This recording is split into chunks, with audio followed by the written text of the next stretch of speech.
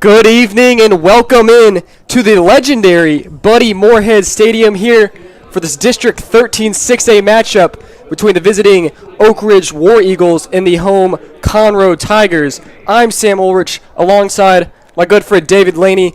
David, it's homecoming here. And I can tell you nothing would make the War Eagles happier than to winning this ball game. Absolutely. It's already packed here at Buddy Moorhead Stadium on the home side. You know, there's not much room here for fans to sit, so if you can't make it to the stadium, we're so glad you're here to join us. We're going to try to give you the best possible commentary we can give you, and we're going to give you a little insight on this game. It's not very often where you have the two leading rushers in the district going head-to-head. So, for Oak Ridge, the leading rusher in the district, number 24, Justin Hayes. In just the first 5 games, he has 797 yards for 12 touchdowns. He's averaging over 2 touchdowns a game here, David. Not so fast. Not so fast. Not so fast. Defense. Exactly. The War Eagles have struggled on defense. When you've got right now they're 2-1 in the district. Okay, the leading rusher, but look at how many points they've given up. That's true. It'll all depend on whether or not the defense shows up for Oak Ridge tonight. Exactly, and you know the Oak Ridge defense, they're going to have to stop the second leading rusher in the district, number 7 for Conroe, Jermico Green. Some people call him Chunky, and that's just a nickname they've given him. And he's a guy who rushes with power.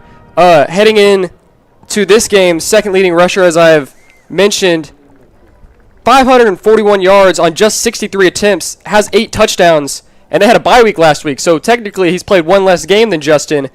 So going into this game, we should be seeing a lot of ground and pound football by these two great rushing-oriented teams. And some other things I want to highlight is the Conroe defense. Through the first 4 games, the Conroe defense, led by number 4 Dorian Brew, who is committed to Oregon University. He's a cornerback, and he actually ran track last year. He ran a 10.75.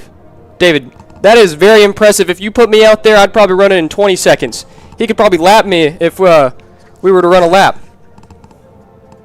Well, but we were talking before the game. The Oak Ridge quarterback, he may be the leading rusher, but he has also thrown a lot of interceptions. Yeah, 6 interceptions coming into this game, having only played 5 games up to this point. It's a point of concern, but last game, Oak Ridge really focused on the rushing attack, and I think that's what's going to really prosper for them. But Oak Ridge, they have an outstanding receiver, James Scott. I remember watching him play last year. He's listed at 6'4". He looks like he's 6'5", though. Heading into this game, he has 379 yards receiving, 4 touchdowns. He's only a junior. You're going to see that guy, and you're going to be like, oh, yeah, that's a guy. Because he'd probably be the tallest guy on the field on the offense for Oak Ridge. And some couple more players on the defense for Conroe. Jane Ramos. He leads the district in TFLs. 16 tackles for losses on that D-line. He played basketball last year, and he was one of those guys that gets every rebound, ball comes off the rim. He comes down with it, puts it back up. But we should have a fun one here in store.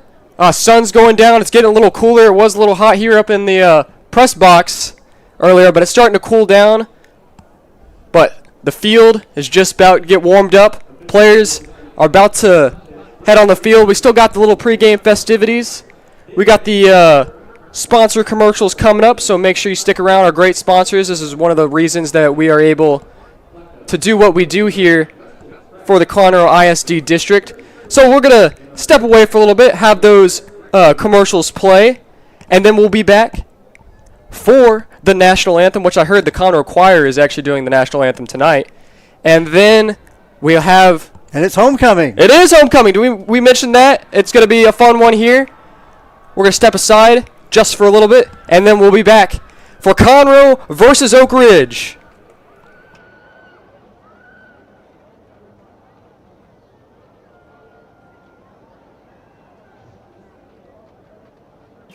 Since 1965, the team at Buckaloo Chevrolet has been working hard to deliver a better car buying experience to every customer.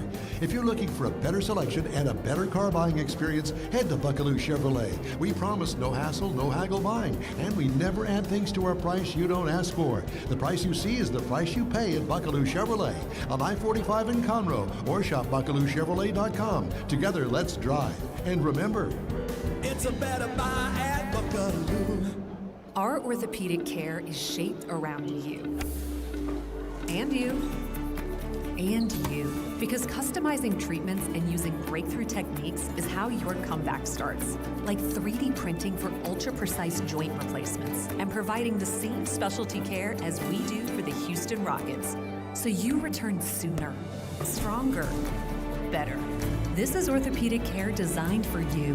Memorial Hermann, advancing health, personalizing care. Shopping for a new or used vehicle? Or just looking for a place for good, reliable service? Go with the name you know. Gullo Ford, Gullo Mazda, and Gullo Toyota. The Gullo family has been serving the Conroe Woodlands area since 1970. So the next time you're shopping for a new or used vehicle or just need service, do yourself a favor and go see Gullo Toyota, Gullo Mazda, and Gullo Ford. Or log on anytime at GulloAuto.com. Gullo, let's drive. How do we solve the world's most complex medical problems?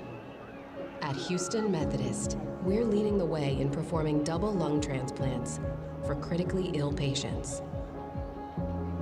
We're also performing advanced heart transplantation for adults with congenital heart disease, giving them new hope. That's the difference between practicing medicine and leading it. Houston Methodist, leading medicine. Woodforest National Bank, where convenience meets community. With over 30 branch locations in and around Montgomery County, we're always close by to help you with your banking needs. But we're more than just a bank. We're proud supporters of our local community, dedicated to making Montgomery County a better place to live and work. Experience the difference at Woodforest National Bank. Convenient, caring, and committed to you.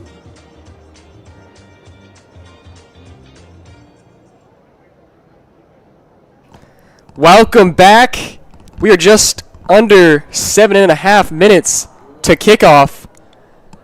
And if you were unaware of the Conroe homecoming traditions, before the game they had all the homecoming court come onto the field. It's a big, a lot of big festivities that go on here. I remember my time here at the Conroe High, you know, the week leading up, you wear.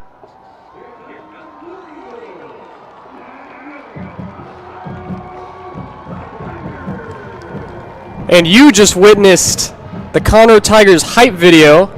I feel like the production for the hype videos gets better and better every year. It is something that has drastically changed the social media aspect. It really brings the community together, and it, you know, allows people that are watching to know what's going on week by week here in the great CISD district. But I was mentioning the homecoming festivities. You know, you dress up week. Moms, they're a big thing here in Texas. Everybody loves their moms. Apparently, it's only a Texas thing. David, did you know that? No, I didn't know that. It's only a Texas thing. People outside of Texas, they go, "What's a mom?" And so, you know, it's one of those things that makes Texas so great. Well, like I said earlier, sometimes you think they're going to need a cart. They get so big. Yeah. They'll need a cart to drag it around behind them. Yeah, exactly. They can get pretty big. It's sometimes they're, you know, bigger than the person wearing them. But we're gonna step aside. National anthem is about to be played by the Conroe Choir, and then it'll be football time here at Buddy Moorhead Stadium.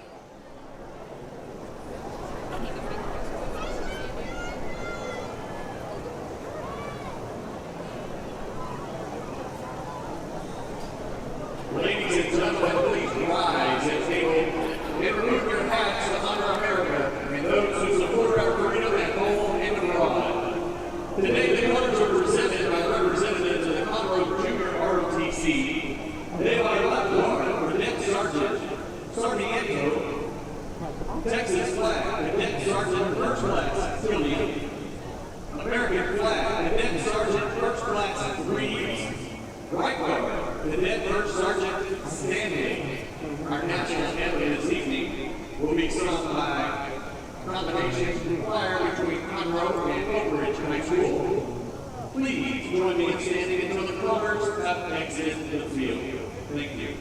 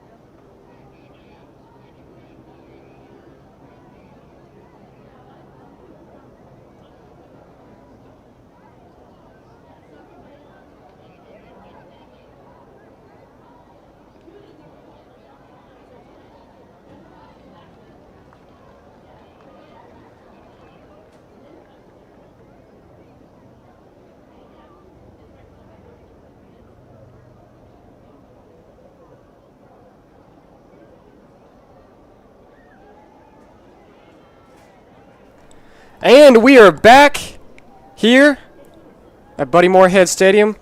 If we didn't mention before, it is homecoming. We mentioned that a lot because it's a big deal here. Conroe versus Oak Ridge, and what should be a ground and pound heavy trenches type of game.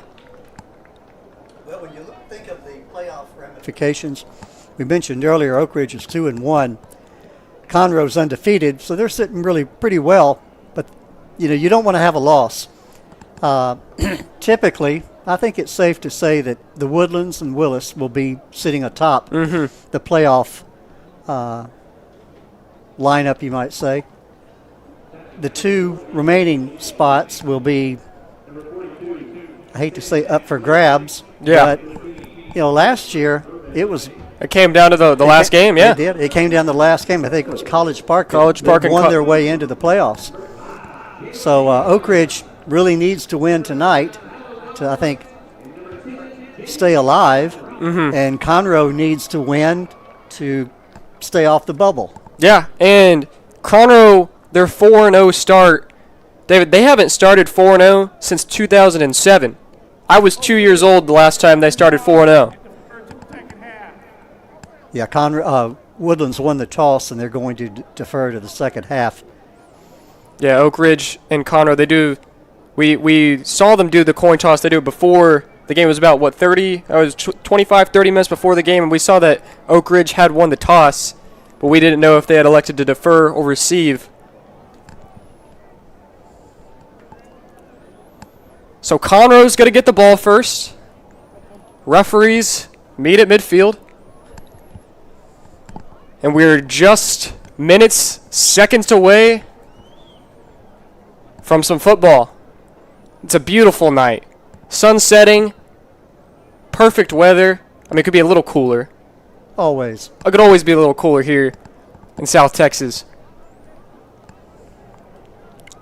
But Conroe, black pants, black jerseys, white helmets. Oak Ridge, gray pants, gray jersey, white helmets. Both teams rocking the white helmets. And this should be a fun one here at Buddy Moorhead. Conroe sending back Mills and Mayon. Jalen Mayon and Braylon Mills to receive.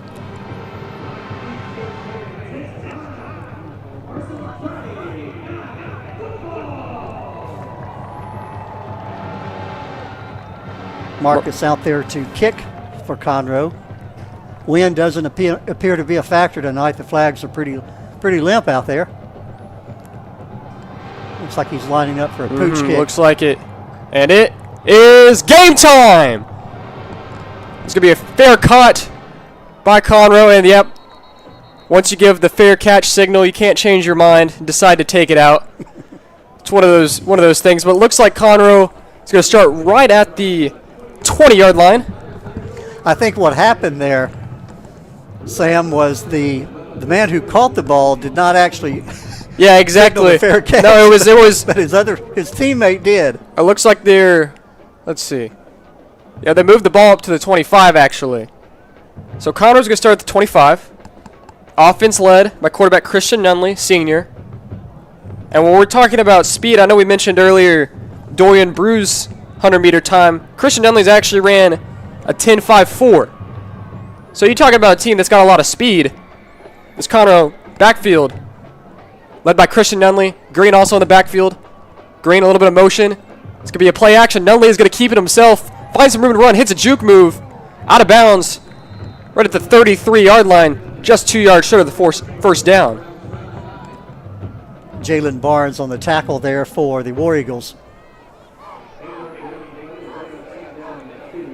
We're going to really see the game plans that these teams come out in. Conroe this year, I mentioned their leading receiver for the whole season only has 89 yards receiving. Yeah, they don't like to throw the ball. So this is a team that's going to want to just run down the middle. It's going to be a screen pass outside. Makes a man miss. Has some open daylight. Gets shoestring tackled right at the 48-yard line. Mills on that reception. That's going to be the first down of the night. I'm sure it will not be the last first down. But if we do see Conroe pass, it's going to be something like a quick screen pass that we just saw there. Nothing, we probably won't see any deep shots downfield, so if that's what you like seeing, we probably won't see that. Motion across the line. It's going to be a quarterback keeper. Nunley gets taken down right at midfield. Good tackle there by Sam Slayton. The big thing for Oak Ridge is being able to bring the man down on the first point of contact. You don't want Conroe getting runs where the ball carrier breaks the first and second tackle. You want to at least hold that man down in place till either you can bring him down or somebody else can come in and help you make that tackle. Nunley in the gun. Green beside him. Man in motion. Nunley back to pass. Pressure. And Oak Ridge is going to bring him down for their second sack of the season. Bentley Rome on that sack. He actually had some help there. And it looks like Oak Ridge has some momentum as it's third and a country mile here for the Tigers. And an Oak Ridge team whose defense last year was star-studded. They had 5-star linebacker Justin Williams, 4-star defensive end Joseph Ajonye, and you lose those guys, and they had only 1 sack going into this game. And you now have doubled your sack total on the year. Nunley, play action again. Quick pass to the outside to Mann. Mann's going to make a man miss. Get across midfield. He has room. And that's going to make it. Oh, are they going to give it to him? He stepped out of bounds, I believe, back around the 41. That's enough for a first down. That is a huge first down for the Tigers, where Oak Ridge looked like they had the Tigers dead to rights. Just a quick screen pass, and that's what I'm saying. Man made a man miss. That's an alliteration right there. Where you got to be able to bring him down when you're 3rd and 15 plus. Yeah, that was Mills on that reception and run. So Nunley again in the gun. They hand it off this time to Green. Green trying to find some room to run. Picks up about 5. And Green is a powerful runner. Chase on the tackle for the War Eagles. Green, Conroe's big running back last year. Missed some time due to some injuries last year, but if you can get him fully healthy this year, this Conroe team could be dangerous.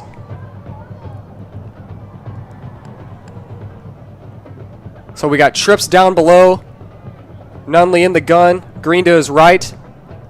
Wise goes in motion. This could be a fake quarterback draw up the middle. Nunley will have enough for a first down. Tripped up by number 7 for Oak Ridge, Dylan Chapman.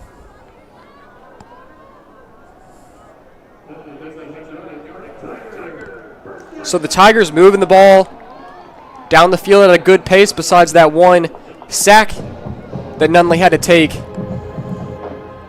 But we've seen a good mix of quarterback runs, running back runs, wide receiver screens, just simple things.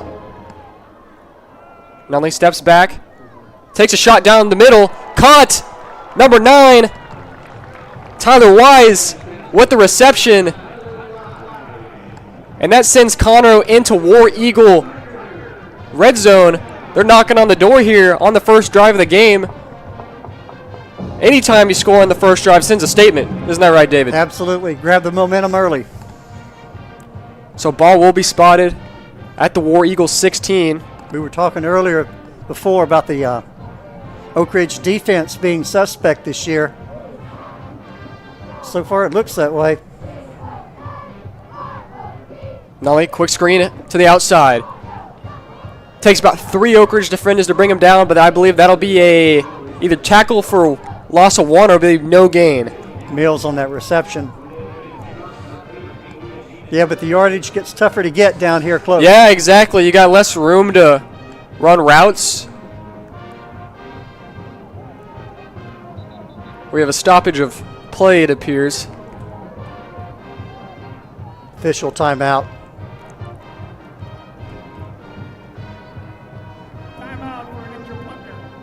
So we're going to take an official timeout here. 8:08 left to go here just in the first quarter. Still plenty of game left. Tigers are, as you mentioned earlier, Sam, a good mixture of run and pass, where they have traditionally gone to the run this year. They've had some good pass plays in this drive here. Yeah, I believe it was 3 screens. Then we actually saw a pass where it looked like a little slant route ran by the tight end. Tyler Wise just found some open space in the middle and Nunley didn't miss.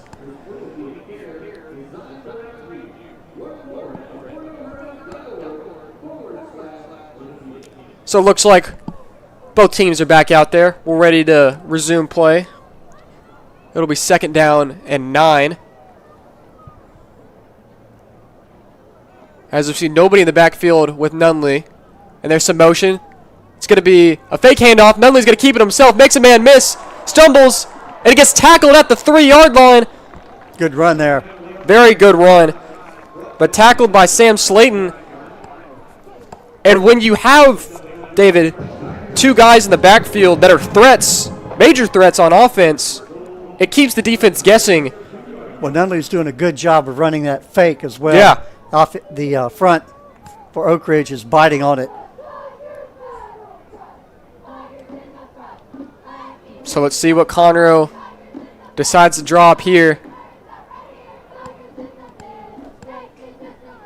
Might just be a quarterback keeper. They're going to give it to Green, and he's going to walk into the end zone. Touchdown, Tigers. Jermico Chunky Green. Good way to open the game, take the momentum. Absolutely. So the second leading rusher in the district tacks on 6, and the PAT pending. That's going to be Green's 9th touchdown of the year, so knocking at the door of double figures.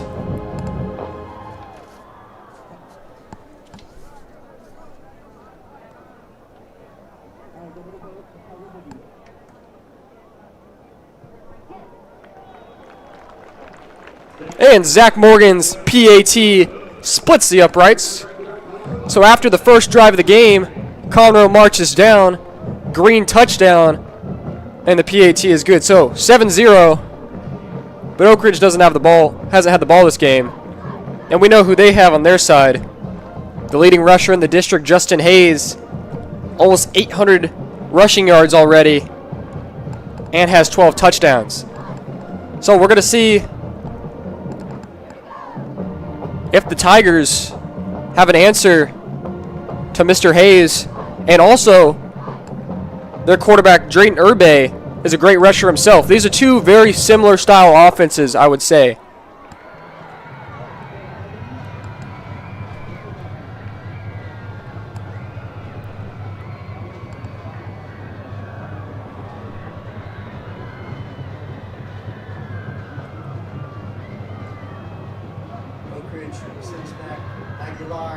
And Stoops to receive.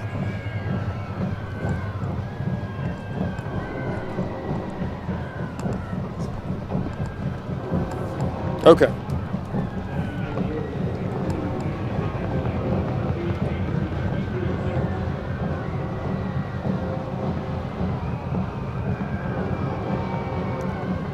And here's the kick. It's going to be a low line drive.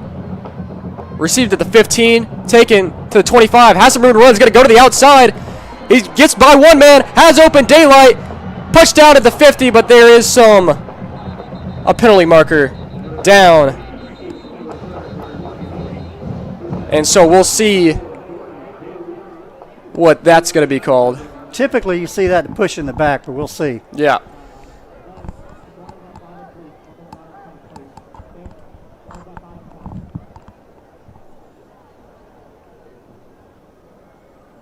Block in the back, on the return, number 14. 10-yard penalty from the spot of the foul, first down. So it is an illegal block in the back. So what looked like to be great starting position for the War Eagles. We'll push them back to the 30. So not as bad as it could have been. But instead of being at midfield, they're at the 30. They'll be in a spot foul. That's really what hurt it. Mm-hmm. That's about a 40-yard run back. Yeah. So we see Urbe and Hayes in the backfield. It's going to be a handoff.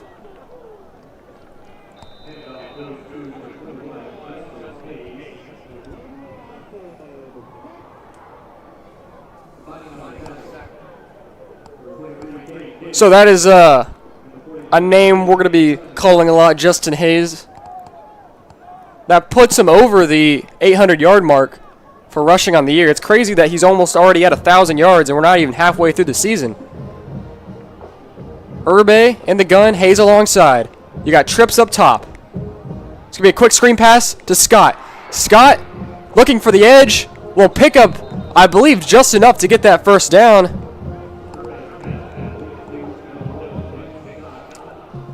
And James Scott is a receiver. I remember watching him last year as a sophomore, and I was like, I can't believe this guy's a sophomore. He's just that big. He's 6'4". He's one of those guys, you know, a 50-50 ball to him is really a 70-30 ball.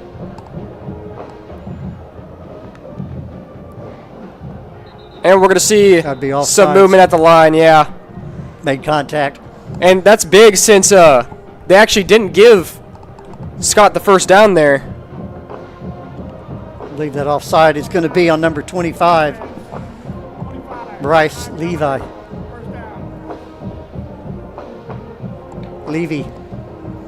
So that'll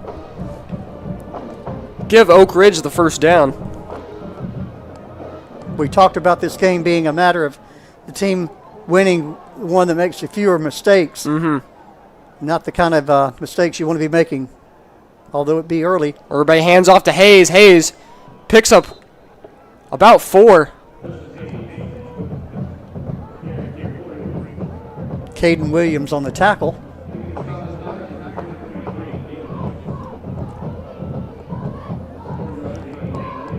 And Hayes isn't a running back that picks up large chunks of runs. His longest run on the year is only 29 yards. So this is a guy who's just trying to get, 6, 7, 8 yards a carry.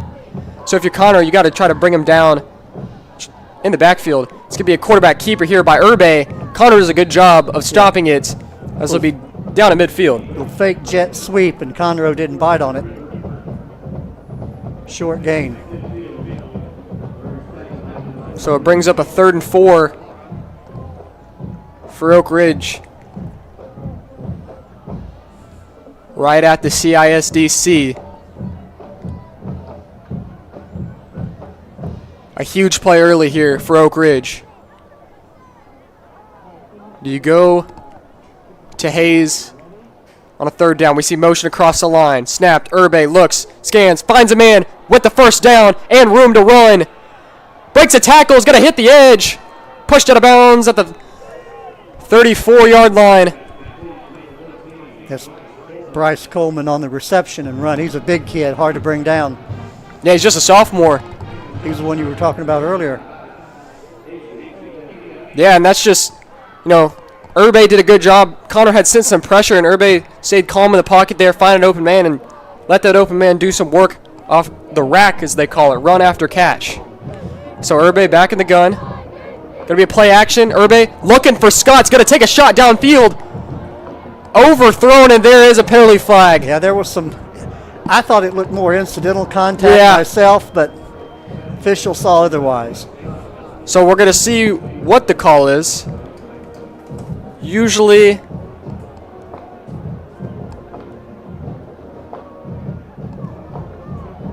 Pass interference on the defense. Number 4, 15 yards from the previous spot. Automatic first down. so that is going to be a pass interference called on Dorian Brew. But that is a matchup that's going to really intrigues me, is 4-star corner Dorian Brew matched up against 6'4" receiver James Scott, who has almost 400 yards receiving on the year and is the 3rd leading receiver in the district in yards. Have a whistle. I think the chain issue on the chain gang over there.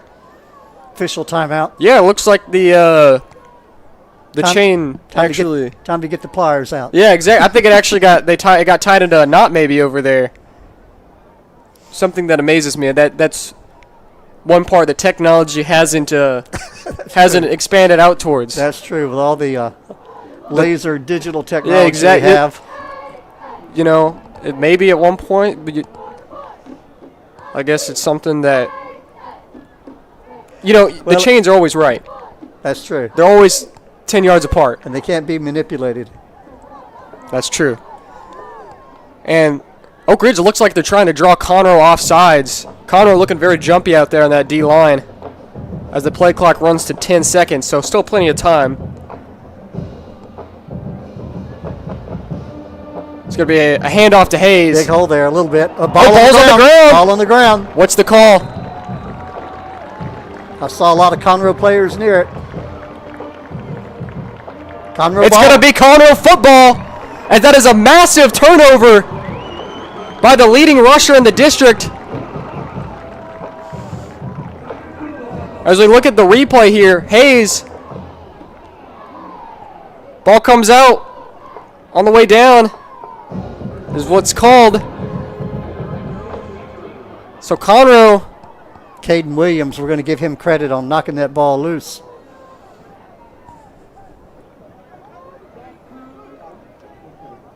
So Oak Ridge they were moving. They had, this was just going to say, this is an opportunity for Conroe to kind of Take a lot of momentum, drive down and get another score, make it a 2-score game. It's Green, goes out in motion. Nunley scans, feels pressure, tries to avoid it. He's going to take off and run and avoids and picks up the first down. That was some great pocket presence. He felt the pressure coming from behind him, and we see a flag thrown at midfield in the secondary. But you can see how he avoids 2 guys and is able to outrun. He had a linebacker on his tail, that's for sure. That's that track speed we mentioned earlier. Looking for an indication here. It looks like it might be coming back. They're pointing toward the Oak Ridge players. You never know. You never know until the ref says. On the defense, 15 yards from the first back. So it's going to be a face mask by the defense, so that's 15 additional yards to the end of the run. And the bad thing about that, it was away from the play. Yeah, that's those are penalties that are adjustable. Those are penalties that can easily be avoided. I mean, it's one thing to pull the face mask when you're tackling, but when you're not even near the ball. Mm-hmm.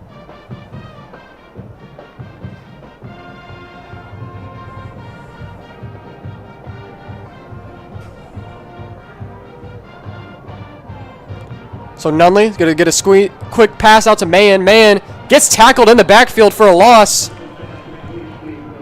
Good open field tackle there by number 9 for Oak Ridge.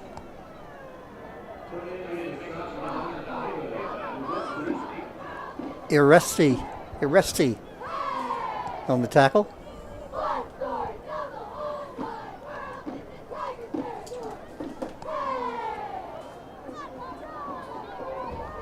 So Conroe, after the big play and penalty, gets tackled for loss. His second down and long. Man is going to go into motion across the middle of the field. It's going to be a handoff to Green. Green picks up about 3 there. Good tackle there by the Oak Ridge defense. Titus Brayboy on the tackle there.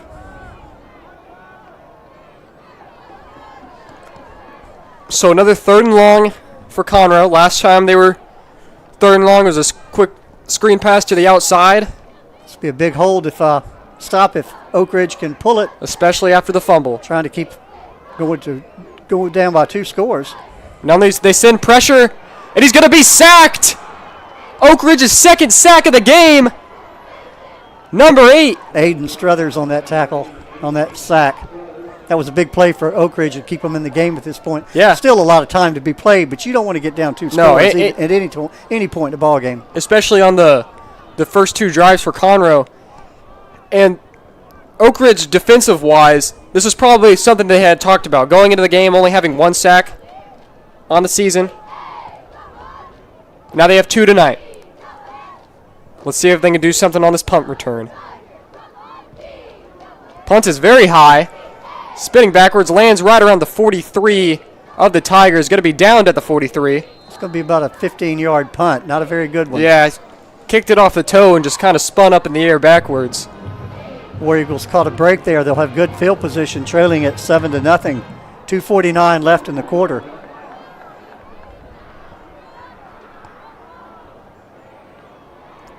But before the fumble, the Oak Ridge offense was churning along. Mixing in pass and run.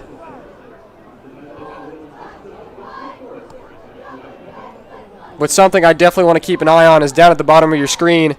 Number 1, James Scott, on number 4, Dorian Brew. It's going to be a keeper by Urbe. Urbe trips over one of his men, but will pick up a good solid gain of 5. You better be careful with that ball. He's carrying it like a loaf of bread. That'll give. Yeah, you don't want back to back. That'll give coaches fits. Yeah.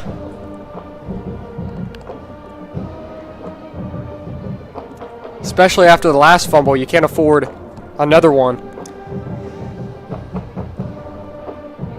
2 receivers at the bottom of your screen, 2 receivers up at the top. Urbe and Hayes in the backfield. 4 down linemen for Conroe. It's going to be motion across the middle. It's going to be a handoff to Hayes.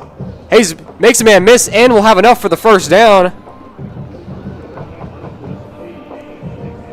And Hayes is a running back that even after a fumble, that's not going to jar his confidence at all.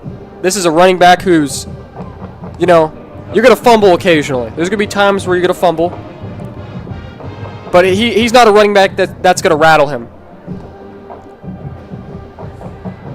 So, War Eagles and Conroe territory. Little high snap. Urbe's looking deep. Has a man. Incomplete through the hands. Number 14, Bryce Coleman. Harmon on the defense there. He was with him. Yeah, it was stride for stride. Good pass defense. It was well coverage, but that ball was perfectly placed. And it looks like we have a penalty marker. It looks like they're indicating a hold. Holding on the offense, number 55, 10-yard penalty, still first down. So even if that ball was cut, wouldn't have mattered anyway. So that'll make it 1st and 20. And so now they move back out of Tiger territory.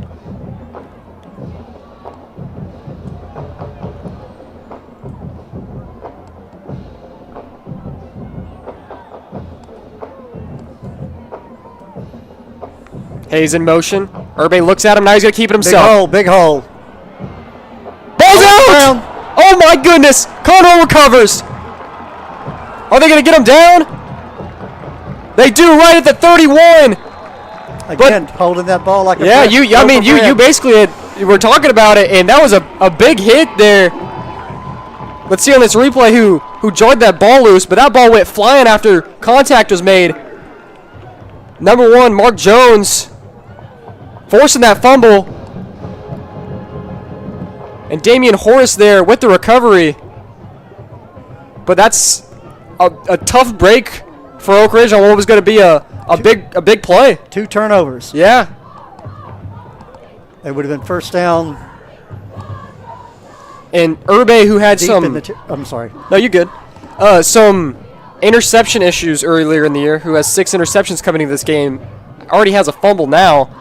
As we're going to see the Conroe offense, as Green's going to get it, has room to run, and he runs into one of his blockers, but picks up 14 for a Tiger first down. Dylan Chapman on that trip, we'll call it.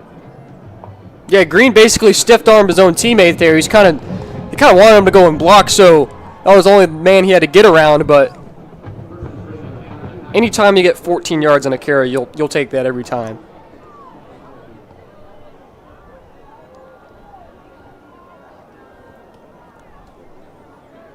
So we got a tight trip set at the bottom of your screen. 1 lone man up top. Motion looks like reverse. Oh, we got it. Yep. Man's gonna have room to run.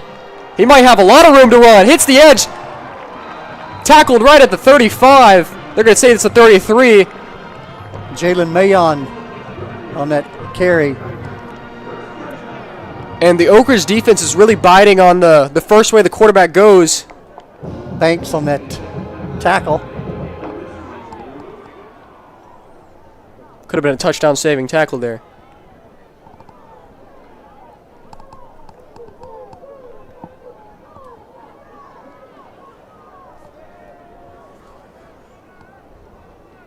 Green, left to Nunley. It's going to be a quarterback keeper. Let's see if Oak Ridge can contain it here. Just picks up about 3 or 4. Aresti on the tackle. And that's going to be the end of the first quarter here. As the score is Conroe Tigers 7, Oak Ridge War Eagles 0, with Conroe with the ball. So we'll flip sides of the field. Still will remain Conroe Tiger football. We expected a close game, and it's been that way. Those 2 fumbles, though, by Oak Ridge were really drive killers, for lack of a better way to put it. It's been a close game. I think the War Eagles right now are pretty lucky. Well, I should say Conroe may be pretty lucky to be up ahead 7-0, but Oak Ridge making those critical mistakes, handing the ball over. Handing it over is bad enough, but when you do it when you're in your opponent's territory, it makes it even worse. Yeah, and especially on both of the fumbles were on plays of a big yardage. So it's one of those things that, like, it's not like you're fighting for a first down and you fumble. You'd already picked up the first down, and then you fumble. It's those are the ones that hurt the most. I'd say probably the fumble that hurts the most, though, is when you're at the 1 yard line, you try to stretch it over, and the ball gets slapped out before you cross the line, and then, or where you fumble and then it goes into the end zone as a touchback. Those are the ones that would sting the most. But here we go, starting the second quarter, Tiger football, 2nd and 8 at the War Eagle 31.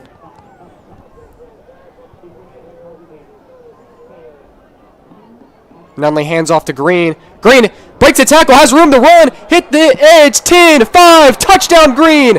Second one of the night for Green. Now they've got a 2-score game. Yep. So Green finds a seam, rips one for the touchdown as he's trying to make up for that week off of not playing. He's trying to catch Hayes for the touchdown leader.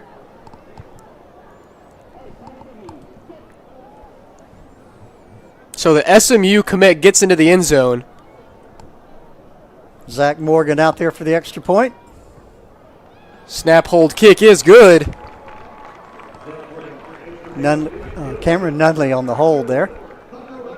Yeah, it's Christian's little brother. He was he played some games last year when his brother was out with an injury. So the freshman, he was a freshman last year, and you can imagine a freshman playing in varsity football. He's a lefty too, southpaw. Not as big an advantage. Maybe it's a disadvantage in football, but baseball, massive advantage being left-handed. So Tigers getting in the end zone. Be an opportunity for the War Eagles to get back into this one, trailing 14-0, 11:53 left in the half. And the War Eagles offense has looked good. It's not like they're getting 3 and outed. They're moving the ball great. It's just 2 mistakes that have costed him 7 points. The other, they forced a punt. But that's something they're, I'm sure, heavily talking about on that sideline is ball control, ball control, ball control. Say that 5 times fast. War Eagles will send back Ricky Stooks.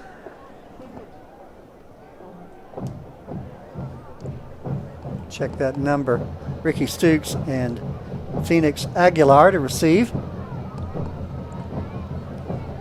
Not expecting this one to be a pooch kick. No, last Conroe kick was a low line drive. Let's see. Zach Morgan again doing the kicking honors. That one gets pretty high up in the air. Fielded it around the 3. Oh! Hit hard. Brought down right around the 17. Great tackle there by the special teams. And so we'll see this War Eagle offense come out. Kanye Smith on that tackle. Spotted right at the 19.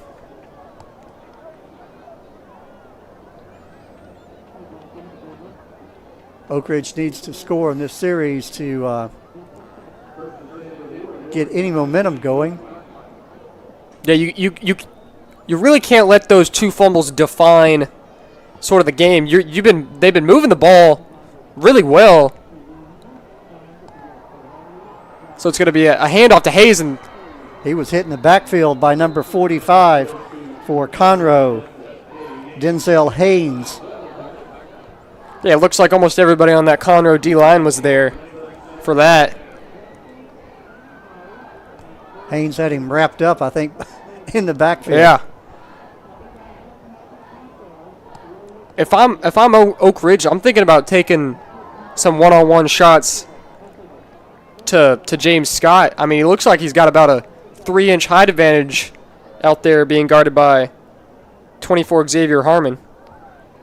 But Urbe in the gun. And they're looking to him. One-on-one. Has a step on him. Just overthrew him. Oh, that could have been a touchdown there for Oak Ridge if he reels that in. James Scott, the intended receiver for Oak Ridge. He had a step on his defender, but the ball was just slightly overthrown. Mm-hmm. I think if he had laid out, he could have caught it. Yeah. And that's one of that's a good time to take a shot downfield there. Yes, it was. When you got a talented receiver in Scott. So now it's 3rd and long for the War Eagles. Urbe steps back, scans, pump fakes, looking for somebody, throws, finds a man, and they'll get the first down, and a little bit more. Great play by Urbe there to get out of the pocket. Stoops on the reception. That'll move the chains. He steps up, fakes the pass, rolls out right, throws a bullet to the outside, and we'll get that first down. A much-needed first down for the War Eagles to keep this drive alive in what feels like a must-score drive here.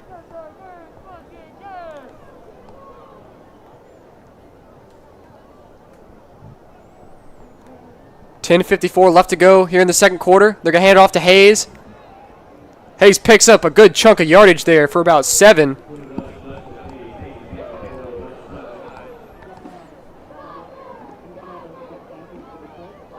So it'll bring up 2nd and short. Sometimes on 2nd and short you take that deep shot. But when you're running the ball as effectively as Oak Ridge, sometimes you just stick to your bread and butter.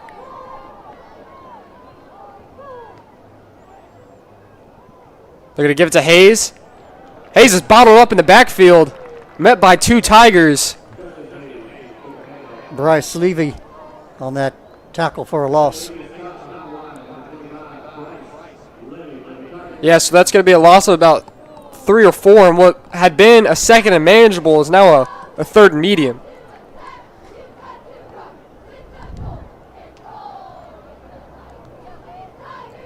$9:50 left in the half.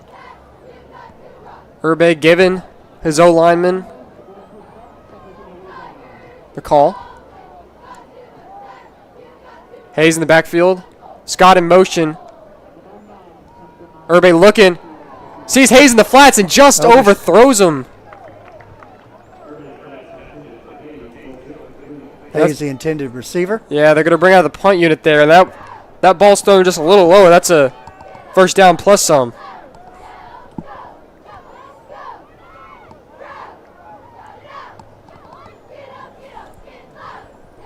James Scott out to punt for the War Eagles. That's pretty interesting that Scott's their punter when he's also the 3rd leading receiver in yards. So, you know, sometimes you can get a little trickeration going. Good high punt, too. Yeah, that's it. Take a good Oak Ridge bounce. That'll be inside the 20, right at the 17. About a 55-yard punt. He's kind of like, some might compare him the Shohei Ohtani of receiver and punter. He plays two-way, but not the two-way offense-defense, two-way offense-special teams.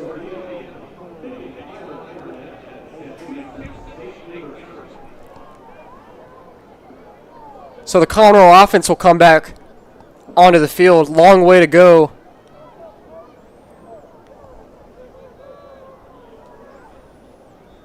But if you're Conroe here, you're in no rush. You're trying to drain as much clock as possible. It's going to be a handoff to Green. Green finds open room. Breaks a hole, breaks the tackle. Across midfield, has one man to beat. He breaks it also. Will he go all the way? Touchdown! Give him the crown because that's a hat trick for Green in the first half. No flags. There's one. There may be one. There's one, but it's at the goal line, so we'll see. That's probably for excessive celebration. Yeah, so we'll see. Where he flipped into the end zone. We'll see. I don't know what the rule on that is at the high school level, but he definitely did a flip into the end zone. They typically will mark that off on the kickoff. We'll see here. Might be something entirely different. But as of right now, Conroe 20. If it is, it'll be unsportsmanlike conduct. Referees are conferring. They may be doing like us, asking, is that a penalty?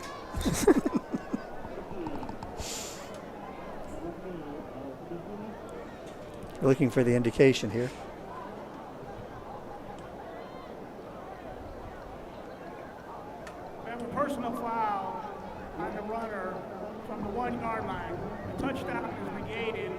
first and 10 from the 16-yard line. Boy, That's something you don't see every day. no, you do not.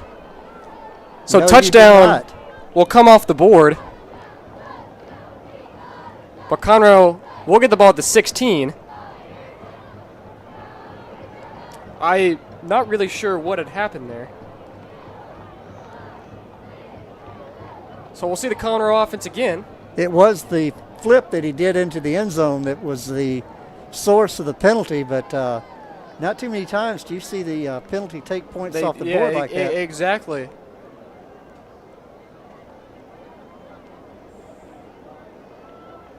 So instead of a touchdown, now they got the ball out on the 16-yard line.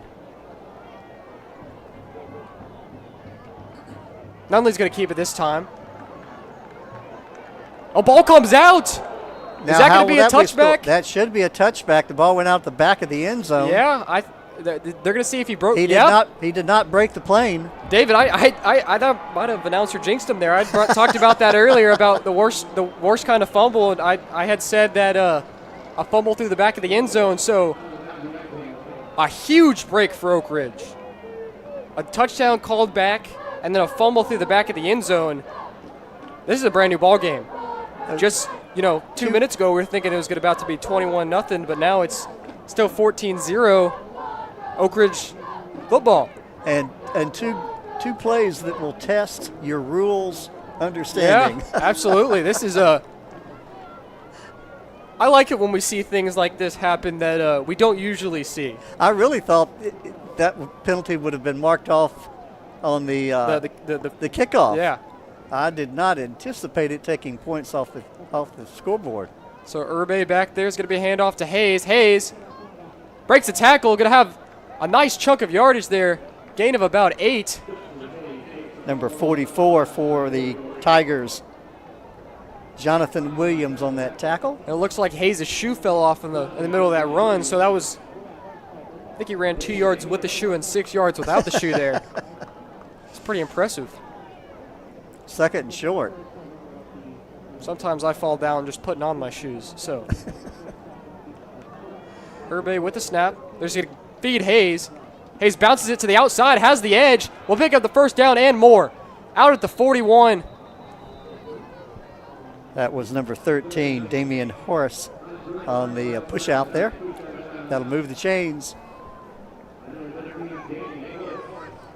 But Hayes is such a smart runner. He sees that running to the middle wasn't open, so instead he bounces outside to the right, hits the edge, and picks up the first down about 13 yards there. I know the War Eagles would love to go into the dressing room trailing only by 7, if not tied up, but they got to score a touchdown first. So Urbe's going to keep it as all day. Beautiful fake.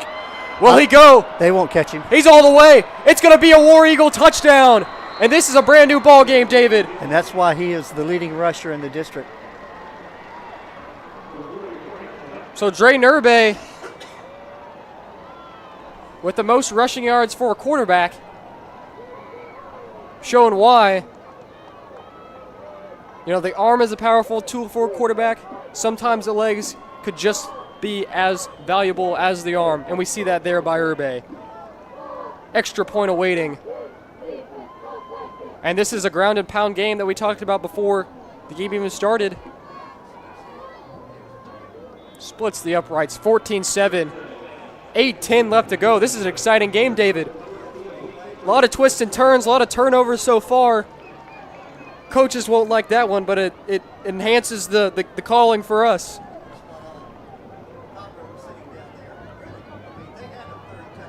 Mm-hmm. Mm-hmm.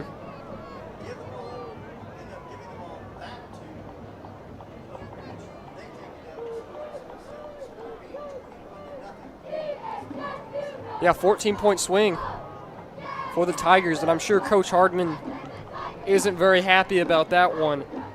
But that's just something you got to live with. Adversity. Football, game of adversity, it's how you handle it. And so the War Eagles feeling a lot better about themselves than they did just about 7 minutes ago. And the War Eagles will get the ball out of the half, but still plenty of football here to go in this first half. 8-10.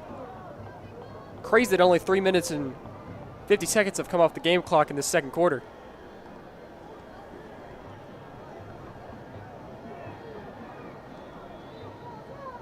Looks like the War Eagles will go with the, yeah. If there's a bobble, the War Eagles could return it, but it looks like, yeah, they're going to take it this time. Oh, the ball's out. You've got to be kidding me. Did the War Eagles recover? They did not. Conroe fell on it, but oh my goodness, David. Do you think the ball has the oil on it? It's not raining or anything. Maybe it's a hot potato. Yeah, exactly. I mean, and that's one of the advantages of doing that pooch kick is, you know, the main return man is not going to get the ball. It's somebody who's not used to getting the ball on the return team. So, yeah, there was about,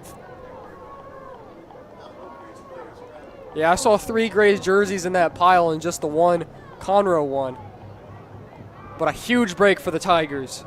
As we'll see, Nunley back in the gun. Going to be a play action. Nunley looking downfield. He's just take it himself. Across the 40. Hold on to the ball. He does.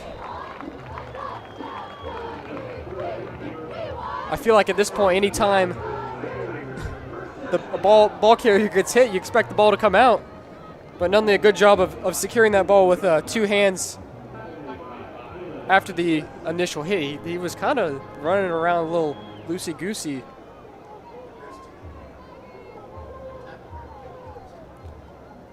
But Conroe was able to pick up a good chunk of yardage there. At the 44, 7:30 left to go in the first half. Green out in motion is going to come back across the middle. Nunley's going to keep it himself. Good tackle there by Oak Ridge as he only picks up about 3. Sam Slate there on the tackle. His name's been a name we've been calling a lot. Good solid tackler there at the linebacker position is Slayton, senior.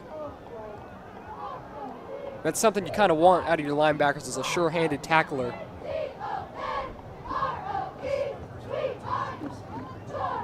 Got good size.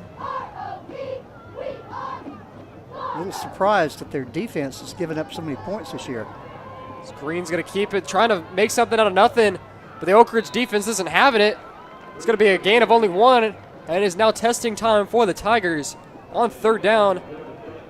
We'll give Chase Leonard the credit on that tackle.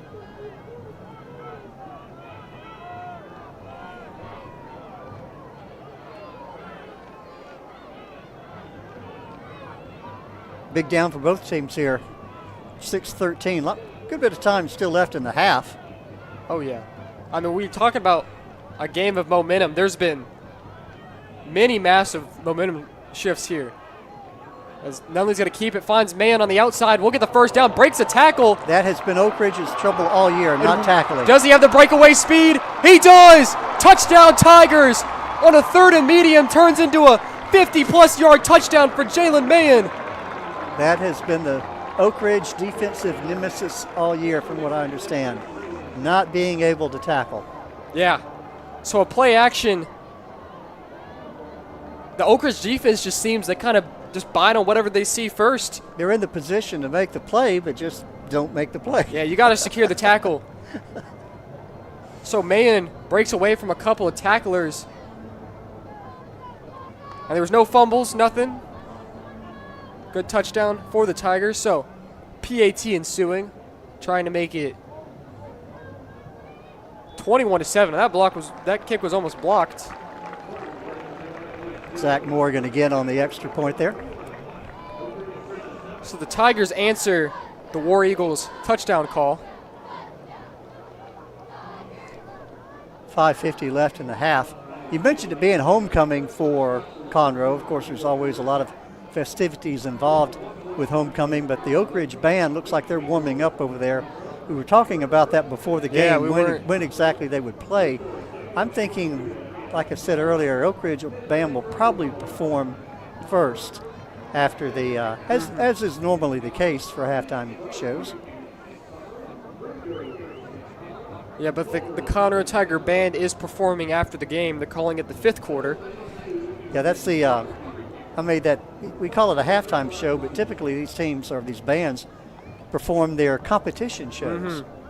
So they're going to perform their competition show after the game. Yeah.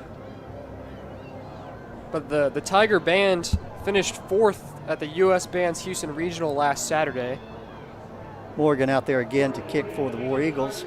And tomorrow here at noon, there will be a rehearsal performance open for parents in the community for that Conroe Tiger Band. So if you're not doing anything at noon tomorrow, come out and support the Conroe Tiger Band as a fair catch is called for.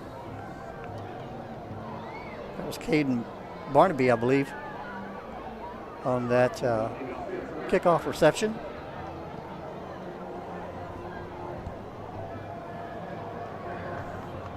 Now the Tigers have a little more breathing room, leading it by 14. So they won't be in any hurry here, I'm sure. Oh, yeah. They'll try to bleed that clock for all they can.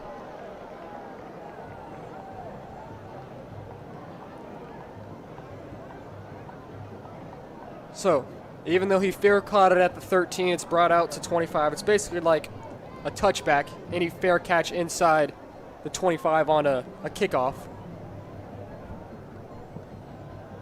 So Oak Ridge, after their last touchdown drive, looking to do the same here. It's going to be a handoff to Hayes. Hayes breaks a couple tackles, but picks up a good yardage.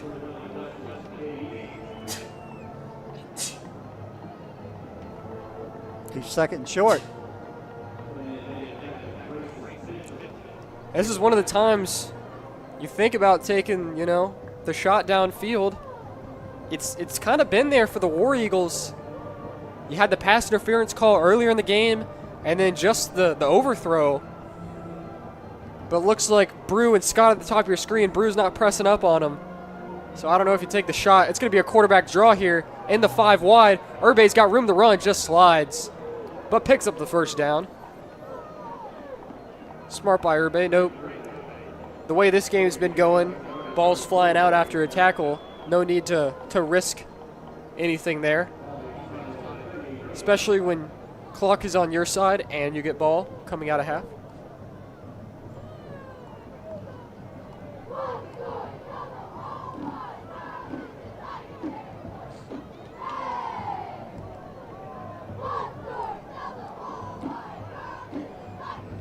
Urbe back. Here's the one-on-one shot, and it's going to be no flag. We'll call that incidental contact. I think it was a little miscommunication there as Scott cut towards midfield, and Urbe's pass was leading him to the sideline. Yeah, he was running. The receiver was running a post, and Urbe was throwing a flag.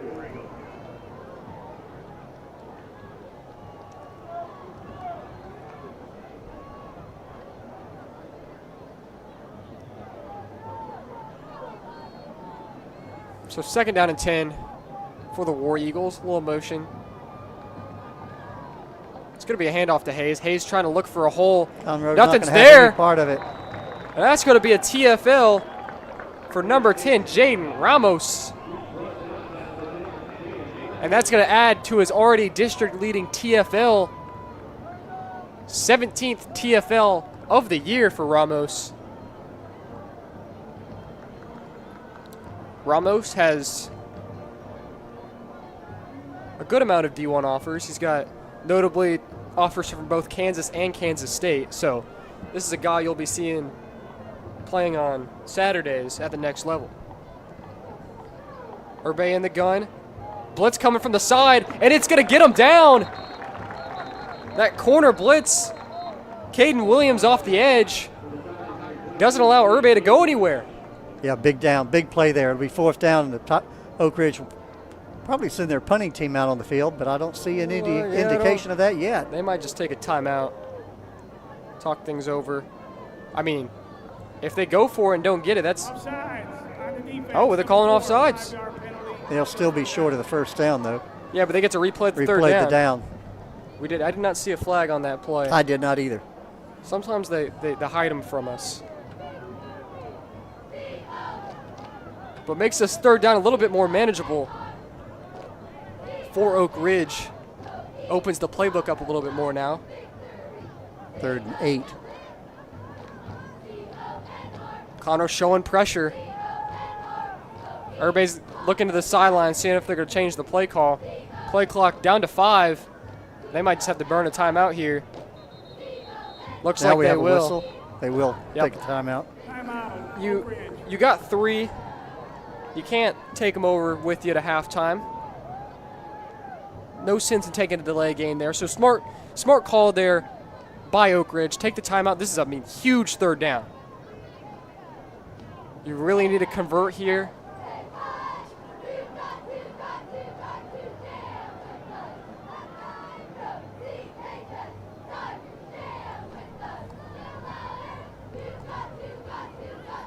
So the timeout here. Real quickly, other teams in play tonight. College Park is at home tonight down the road at Woodforest Bank Stadium taking on Willis.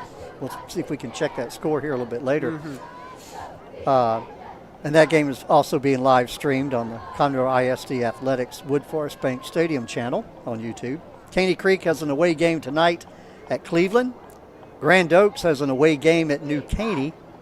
And the Woodlands has a bye this week. Yeah, we'll check that Willis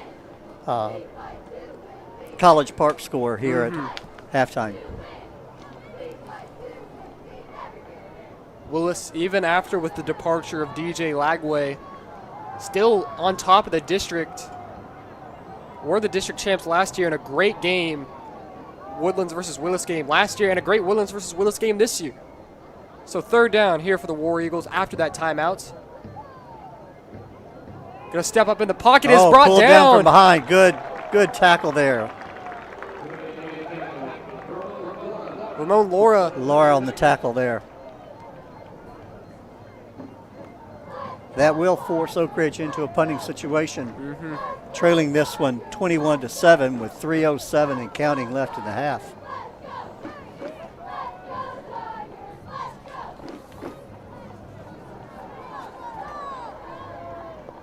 James Scott out to kick for the War Eagles. And Laura is 8th in the district. Oh, and we got a botched punt. Scott, that is huge for the Tigers. Just when you thought things couldn't go worse for the War Eagles. So it was a low snap. Scott not able to receive it handily. So the Tigers already almost in the red zone to start the drive. I was looking at my stat sheet trying to tell you how many TFLs Ramon Laura had, and I look up and the ball's on the ground. That's kind of been the theme of the game tonight, is the football not in people's hands. And usually, you want the ball in your hands.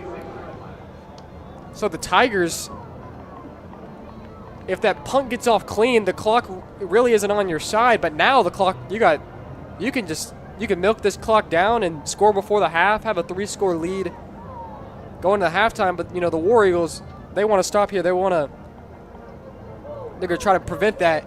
Because we got a heavy formation. Then we see some motion. Nunley's going to roll out right. Looking, hits Green for a little gain. That was his check receiver. Check down receiver. Looks like a gain of 5. Out of bounds. Clock stops.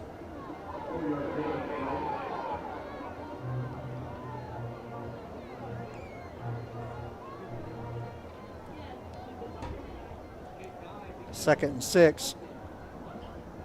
So we've seen a lot of that. Conroe not being in any hurry. We've seen a lot of that backfield 7-Eleven, kind of like the gas station. It's going to be a handoff to Green. And he's so shifty and decisive making those cuts. And they're going to call him just short, so it's going to be third and we'll say 1.5, 2. Tylon Hughes on the tackle for Oak Ridge.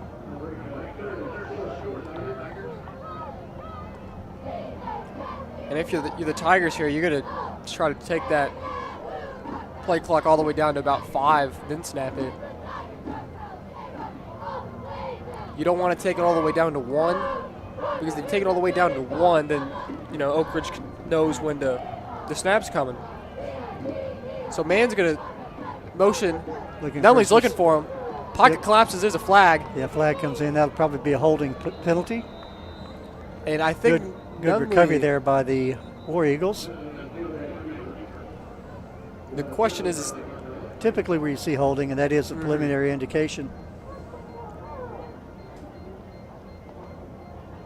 Holding on the offense, number 52, 10-yard penalty, still third down. Yep. So that makes the third down for the Tigers that much harder.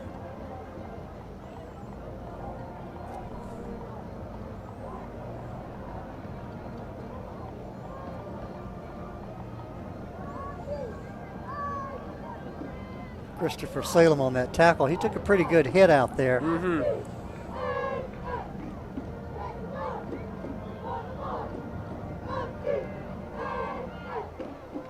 So minute 50 on this clock. Conroe looking to the sidelines for the play call. Only 10 seconds left on the play clock. It looks like they got to the line. Are they going to... Got an official timeout, I believe, or I think Oak Ridge called timeout. Saw a brief indication there from the line judge.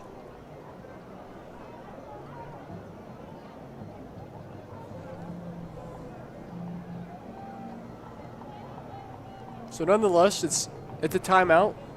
Still didn't get the indication on who had called it. Here we go, referee. Maybe. Please reset the clock to 1:38. 1:38, and it'll start on my signal. Thank you.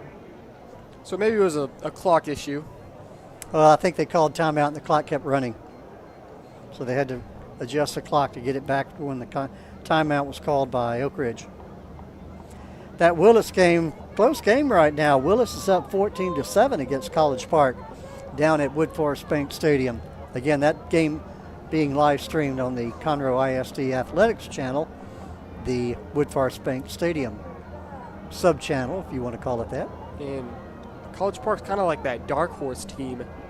After losing to Conroe in the district opener, bounce back, taking down Oak Ridge.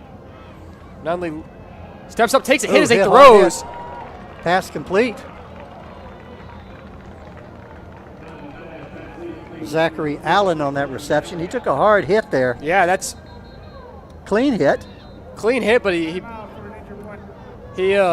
was able to make a good throw, and that's a good skill you need as a quarterback, is the ability to throw while being pressured. When you got somebody bearing down on you. Yeah, I don't think I'd be able. You know you're going to get hit. Yeah, usually sometimes the quarterback wants to kind of flinch up, and sometimes they'll just, instead of throwing, they'll bring the ball back down, or the hit will affect their throw. But good pressure there by the War Eagles. So it'll be 4th and 3 as we have an official timeout right now. Gives the Tigers some time to think about what they want to do, if they want to kick the field goal to go up three scores, or if you try to pick up the first down and try to go up 3 touchdowns. So, decision time.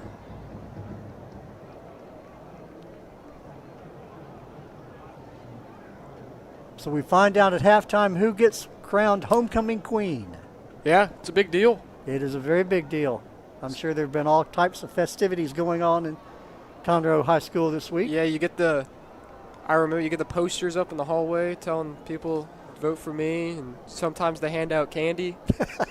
You got to get people to vote for you. That's nothing beats a lollipop. Some campaigning, huh? Yeah, exactly.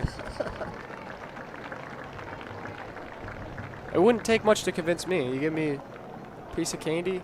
I'm a big Reese's guy, so it's got to be.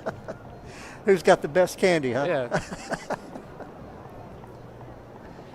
But homecoming tomorrow, they actually are holding it inside.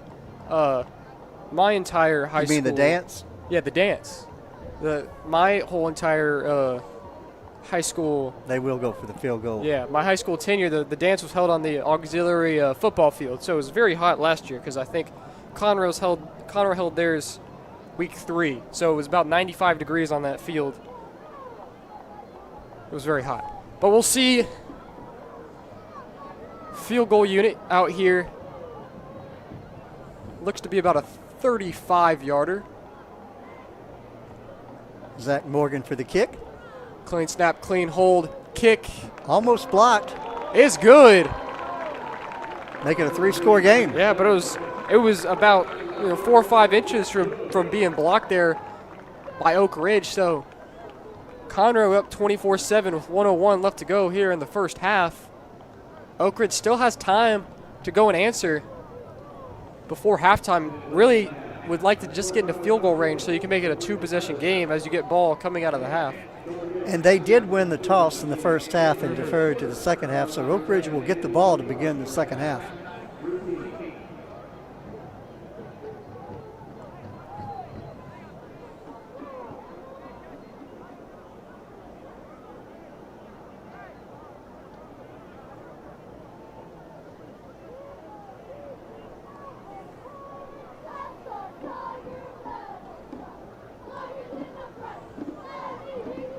So we'll see the kickoff team for the Tigers back onto the field. Oak Ridge will send Stukes back to receive.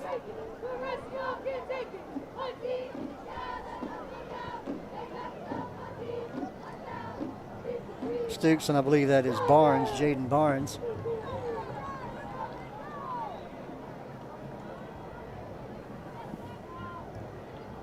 So here's the kickoff for the Tigers. Good booming kick. Will be caught right at the 4-yard line. Fair caught. So War Eagles will get the ball at their own 25, but there is a flag on the play, I believe. That's what I heard from the PA announcer.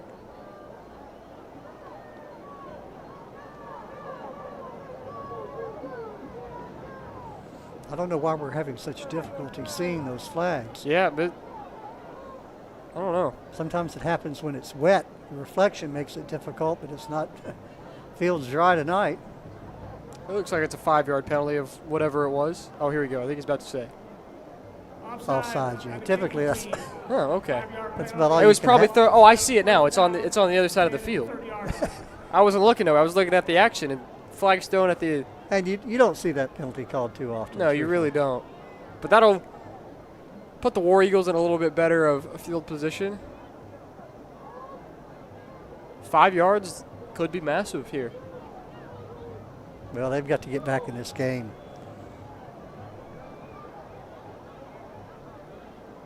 So Urbe will get the snap.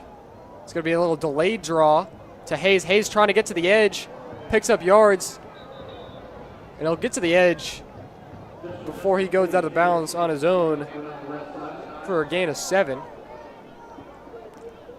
Smart play there by Hayes, gets out of bounds, stops the clock. I think the War Eagles will go to their hurry-up offense here. Yeah, they still have 2 timeouts according to the scoreboard. So they can still run some plays where they get downed in the field. Still have the 2 timeouts, but you usually would like to get out of bounds if you can. Urbe, quick pass to Scott. Receiver. Scott's going to get out of bounds almost at midfield. Dorian Brew on that push out of bounds. That'll move the chains.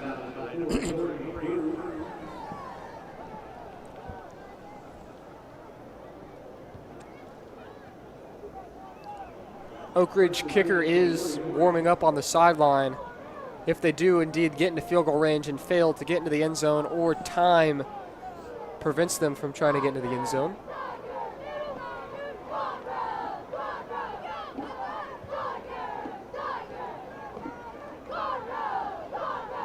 Urbe looks to the outside and decides to take it at the middle and finds nothing, just slides down. And Oak Ridge will take their second time out of the half.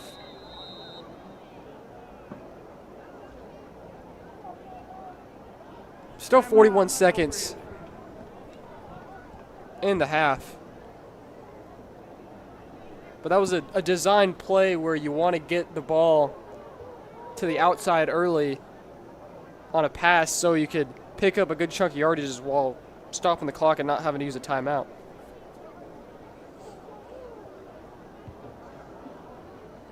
Short of the fumbles, both of these quarterbacks have had a fairly good night. Yeah, no interceptions, which was a concern for Urbe going into this game. Also for Nunley, as he had 2 interceptions coming in today while only having 1 touchdown pass. So far, it's been kind of what we expected. Oak Ridge defense not being able to make tackles. Mm-hmm.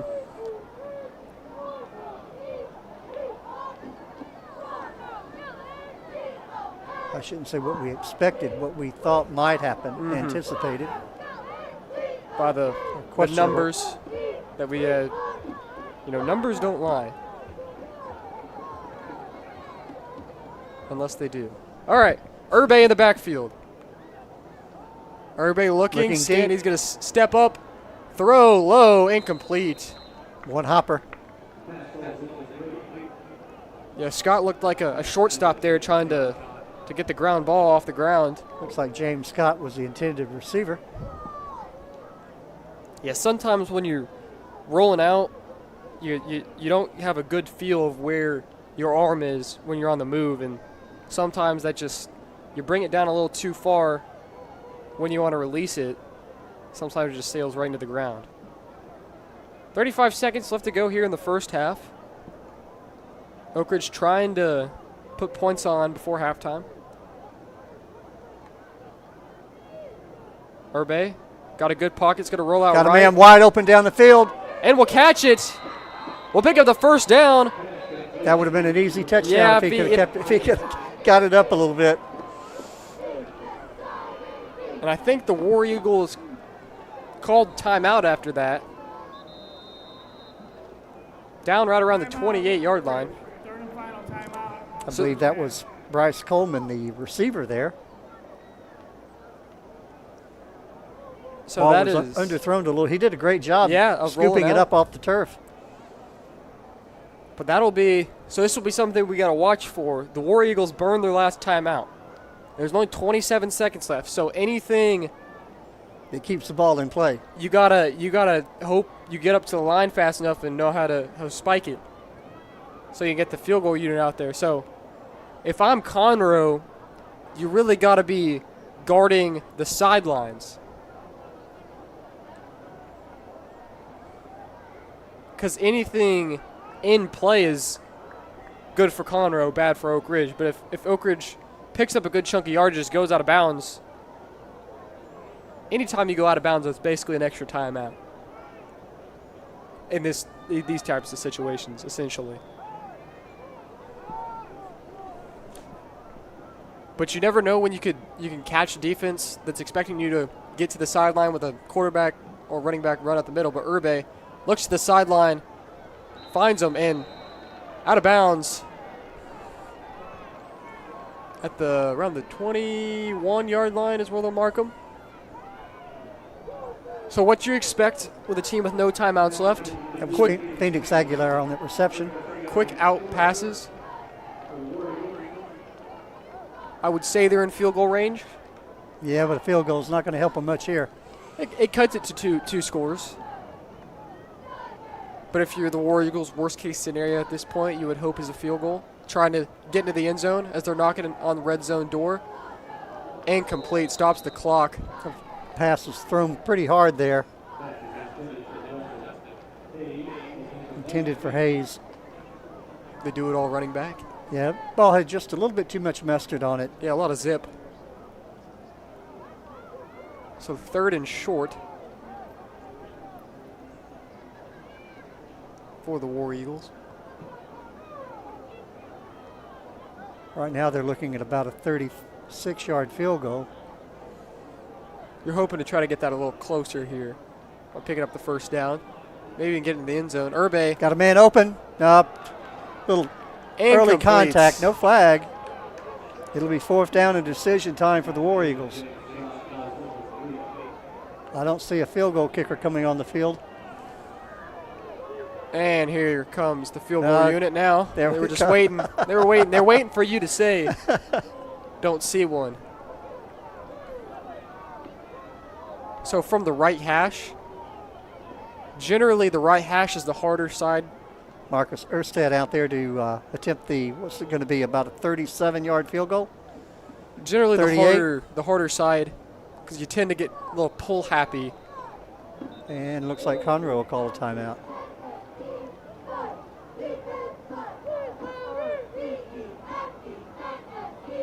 Or do we have a flag? I don't see a flag. Oh, I see. It's at the 20. It's right. It's on the white at the 20. Look, they put it there. It's like, where's Waldo out here? Where's Waldo with the penalty flag? It landed right there, like you said, on the number. I think they do it on purpose. They're trying to make us not see it now. We don't even know what the penalty is. Looks like Oak Ridge is walking back, so that'll make the field goal a little bit longer. That could be about a 41-yarder, 43-yarder. It might have been a full start. I saw that gesture, but I don't know. I was too busy trying to find the penalty mark. But right hash here for the War Eagles. Snap, hold, kick, ball, low line. It might have been tipped at the line. No, I don't think he got a good contact with it. Little low left duck hook. 9 seconds left in the half. I'm sure Conroe will probably take a knee here. You know, I used to hit the low left duck hook in golf. Sometimes you just had to play it. Mostly it'd result in me hitting it in the water. Yeah, but he can't call a mulligan, unfortunately. No, I couldn't either. Sometimes it's a little different from a kicker. You can't really play that shot. But it happens. It might have been blocked. It's a long field goal. That penalty really had hurt him. I feel like the change from 30 to 40 yards is just a mentally makes it feel that much longer. Well, again, we encourage our YouTube audience to hang around for the halftime show. We'll turn our mics down, turn the field mic up, and that is what Conroe will do. We'll take a knee. That ends our first half. So what do you say we give these folks a couple of halftime shows here and find out who the homecoming queen is going to be? Yeah, I'm glad I'm not performing at halftime. It wouldn't be much of an entertainment for the fans. I do my best in doing the game, but the band for Oak Ridge is going to do a fantastic job, and then we'll see the homecoming court come onto the field. So moment of decision. Yeah, we'll be back. Have a great halftime. Don't go anywhere. We'll be back for a second half of football.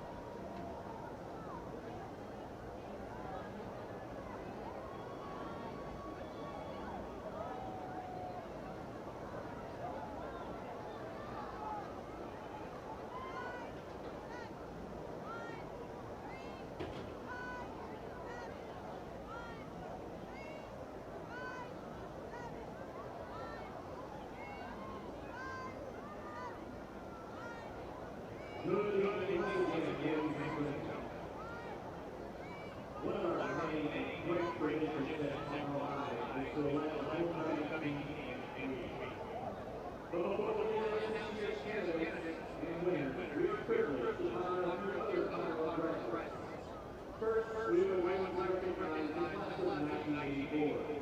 We want to thank them all CHS alumni for continuing personal support of Conroe HS. Also, please give a round of applause for 2023 Conroe coming Miss Mackenzie Johnson. She is here to recognize everyone with their crown. Taking now our Bruce Johnson, who represents the organization from Conroe HS. They will recognize the little game, and please give them another round of applause. Without further ado, it is our privilege to introduce you the 2024 High School Homecoming Queen candidates who will be appearing in alphabetical order.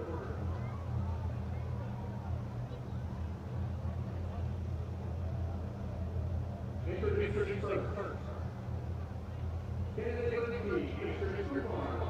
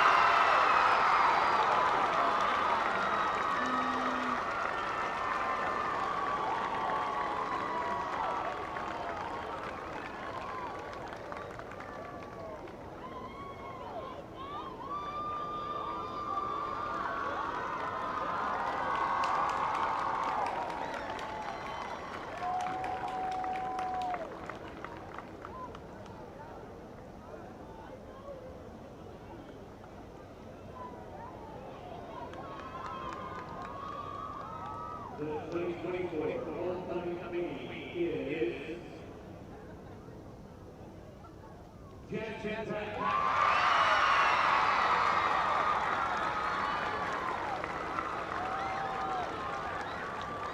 Congratulations to the new team and to all our great candidates.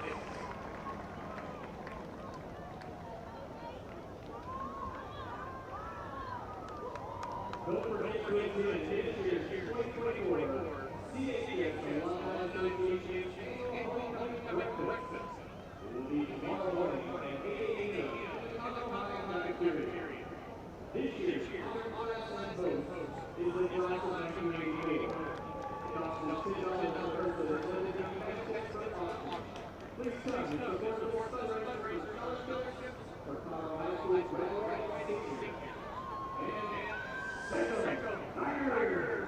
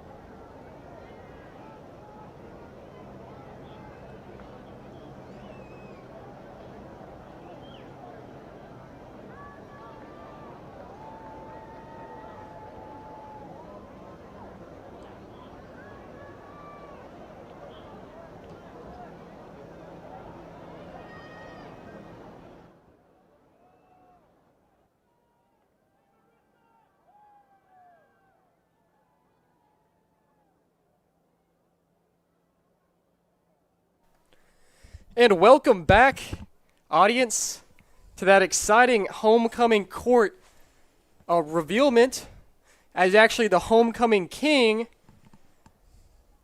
was a football player for the Tigers. Quavion Swapsy. And so, you know, maybe that's good signs to come for Tiger football as they lead 24-7, 24/7 all day, every day. So, the inflatables are coming back up. Feels like it's the start of the game again a little bit. We had that long halftime, so hopefully, if you're watching, you're not falling asleep. Maybe you put on a pot of coffee. I'm a big coffee guy, David. Don't know if you are.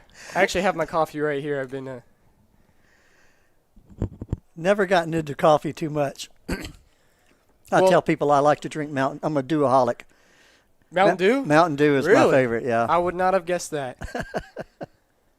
More sugar and caffeine. I think there's only one drink that has more caffeine in it, and I think that is Sunkist.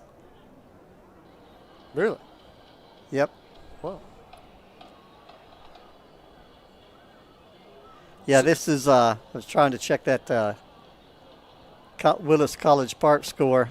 Well, looked like Willis scored right before the first half, or the end of the first half. Was it 21-14? 21-14 So now. it's an interesting game over at the bank. Who was on call for that game? Do you know who's on call? Jackson Cochran. And Jackson. I'm not sure who's joining him tonight. But looks like they're going to have a good game in the second half. Yeah, just like us here. Well, what we talked about earlier, we said up front, you know, the defense for Oak Ridge was suspect, been suspect all year. Mm-hmm. Even though they've got the leading rusher in the district, they give up a lot of points. And that was kind of what we saw in the first half. They had some good sustaining drives, but a combination of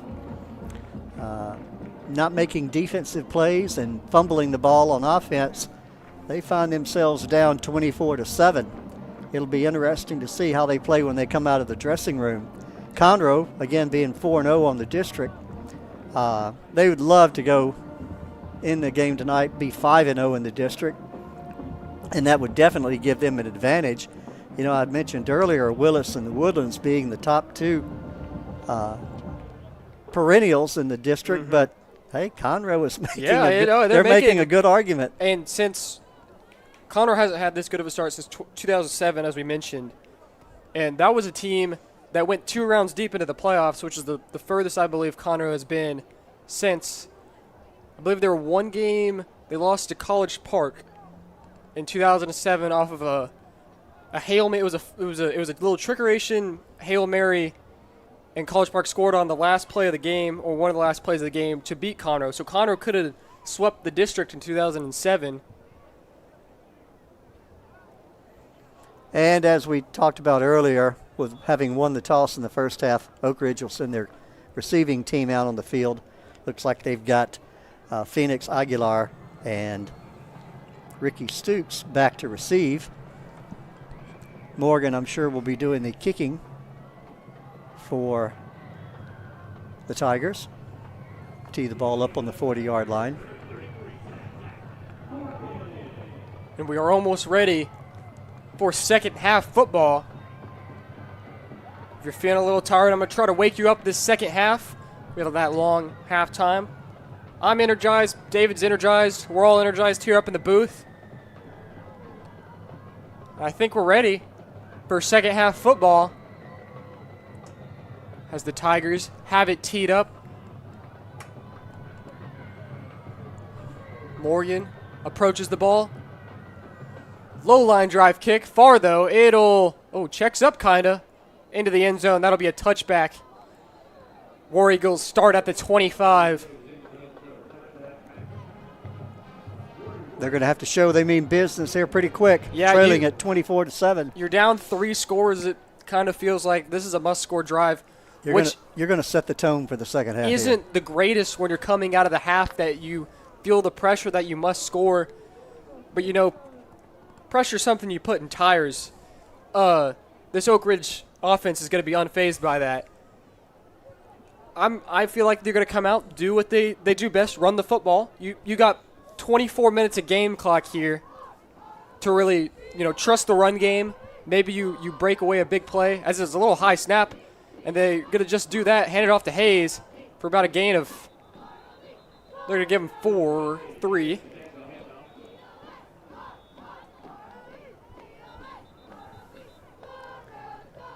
But as Grayson Mitchell on the tackle there for Conroe. Well, it looks like we're going to need to take an official timeout here. Technically, if you get 3 yards every run, you get a first down if you go for it on 4th down. Well, I've heard the old coaches say four or more is what you want to get per down. 4 or more.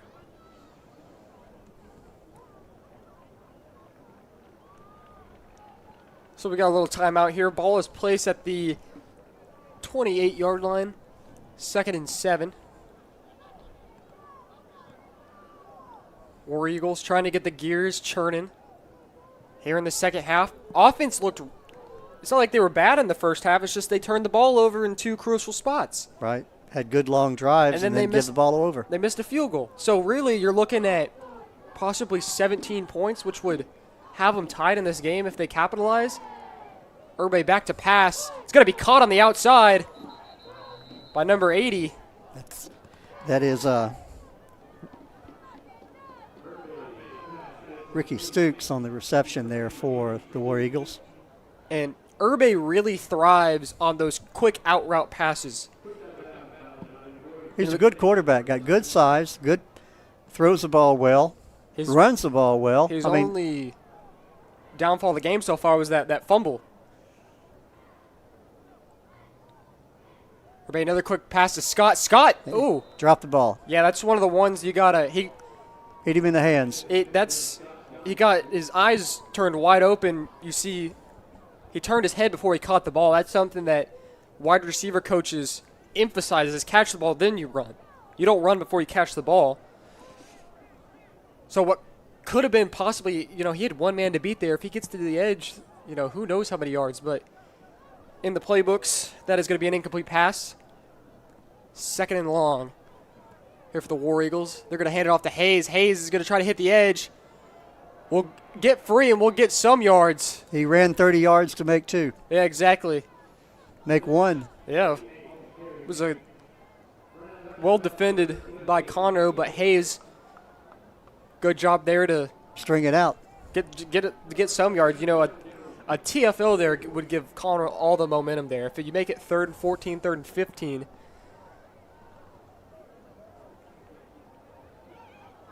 War Eagles 3rd and long. They need to hold on to this ball. Conroe sending 5. Hayes picks up a block. Urway's going to take off. We'll get the first down plus some more. He's got a block. He's going to slide. That'll be a flag. Yep. When the quarterback gives himself up, you can't.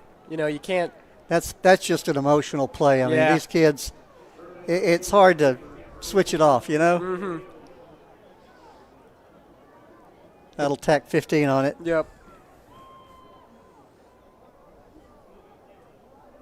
But Urbe, sensing the pressure, steps up in the pocket, finds room to run, gets the first down plus the 15 yards after that. That's a play they had to have. Yeah, exactly. And Urbe did a great job there of not forcing anything. Generally quarterbacks on 3rd down, they feel like they got to get the ball out. But Urbe's got such great legs, such great pocket presence, that once he feels the pressure coming, they sent 5. Once he saw that he could run up the middle, he knew that there was going to be less defenders in that second level that could bring him down. So Hayes on the left side of Urbe. Urbe's going to take the snap a little high. Hayes is going to get it. A little bit of a hole there. That'll be 5 for Hayes. Hayes has been a very consistent runner all night. Grayson Mitchell on the tackle. It feels like you call Hayes' number, he'll get you at least 4 or 5 yards. And that's a great sign out of your starting running back. Very patient runner. 2nd and 5. 4 on the line for Conroe. Conroe sends 5. It's going to be a screen pass to Scott. Scott, it's going to be a big loss for the War Eagles. And it looked like there was some miscommunication. I thought that pass was actually going to Hayes, but it went to Scott. Hayes looked like he wanted it there. Yeah, it did look like there was a little miscommunication, and, of course, it messed up the blocking routine. Exactly. And They end up losing 5 yards. That's the risk you take doing the screen pass, especially one where the receiver comes 3 or 4 yards back off the line of scrimmage. So now War Eagles probably going pass here. Irbe has been a threat on his feet on 3rd and long. We'll see if the Tigers give a spy. Looks like they do have a man spy. open to little curl. And the ball's out, and it's going to be a turnover. Irbe gets hit from behind. Tiger football. It's been the story of the night for the Oak Ridge offense, unfortunately.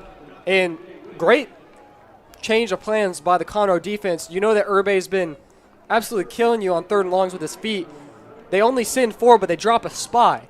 So what that spy is doing is basically watching Irbe. And if Irbe makes any decision to take off past that line of scrimmage, that spy's following him. Make sure he doesn't pick up 15, 20 yards to get that first down. Yeah, J.J. Williams on that hit and recovery. So Irbe's 2nd fumble of the game takes the life out of that Oak Ridge drive. Tigers' first drive of the half. They had a little momentum there. They did. They're going to give it to Green. Green stopped fairly early on that run. A gain of, we'll say 1.5, 2. We'll give Dorian Banks the credit on the tackle. So now Conroe feels like they're in a very good spot now. You got the ball. Time's on your side. 3-score lead. I don't think we'll see a lot of passes out of their offense second half. If they are, they're quick screen passes. High percentage passes. Exactly. No need to stop the clock here if you're the Tigers. Nunley and Green in the backfield. Little motion across the line is man. And they're going to blow the play dead.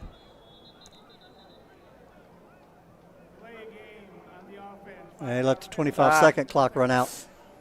See, when I say play slow, I mean don't play as slow that you let the play clock run out. So that'll push the Tigers back 5 yards.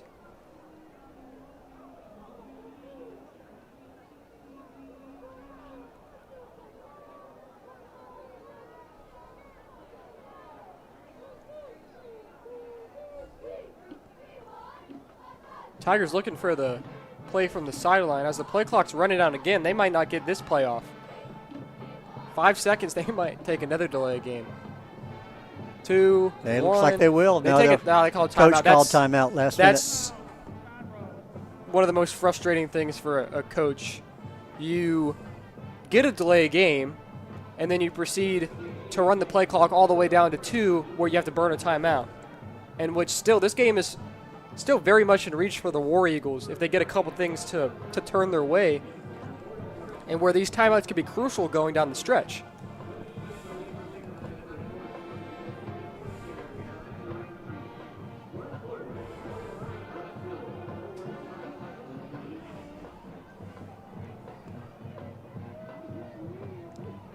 Let's see. Let's check the score of that. It's still 21-14 at halftime. So Willis over College Park right now, 21-14. And if College Park can pull out a win there, it would completely change the dynamic for the district title. As both the Woodlands and Willis would have one loss if Willis were to go down tonight, but still 24 minutes of football to play over at the bank. I think the game, the next big game in the district so far is going to be Conroe and Willis. Should be a good one. As they give the ball to Green. Green gets away from one, but is brought down right at the original line of scrimmage for the start of the drive. So it'll be a gain of 3. So 3rd and 10. Sam Slayton on the tackle for the Eagles, War Eagles.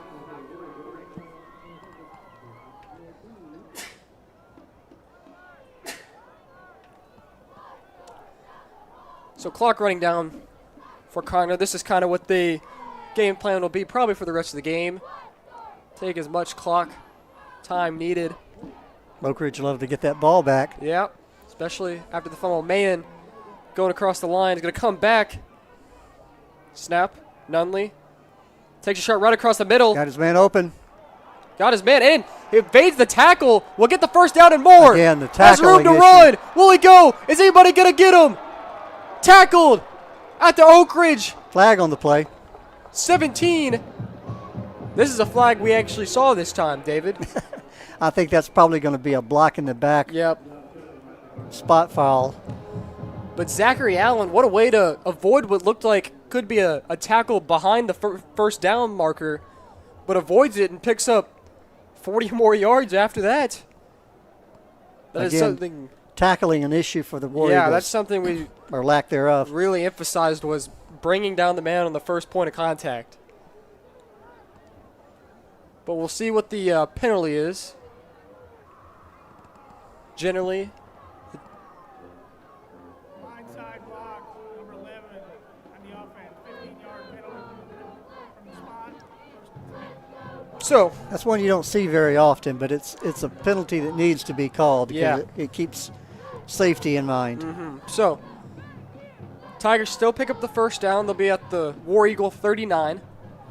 For the audience, if they couldn't hear that, it was a blindside block, which is a personal foul and a 15-yard penalty.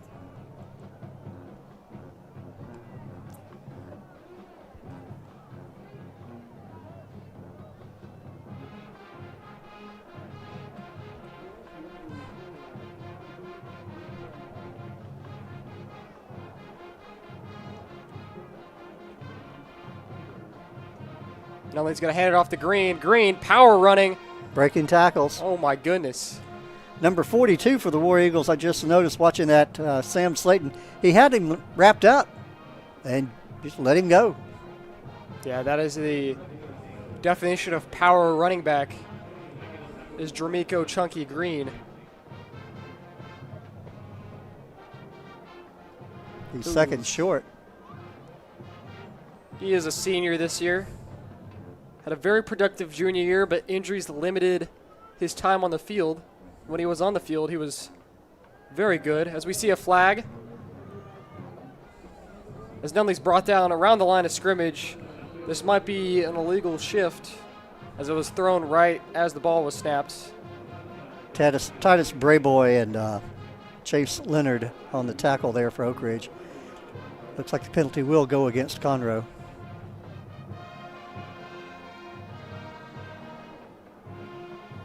Yep, they're signaling to the Oak Ridge sideline if they want to accept it or decline it. You know, both of these teams have got a lot of cleanup to do as they go Yep. deeper into the district schedule. That's what really defines the difference between good and great teams, is the discipline when it comes to penalties. And it looks like Oak Ridge will accept the illegal shift penalty. 5-yard penalty for second down.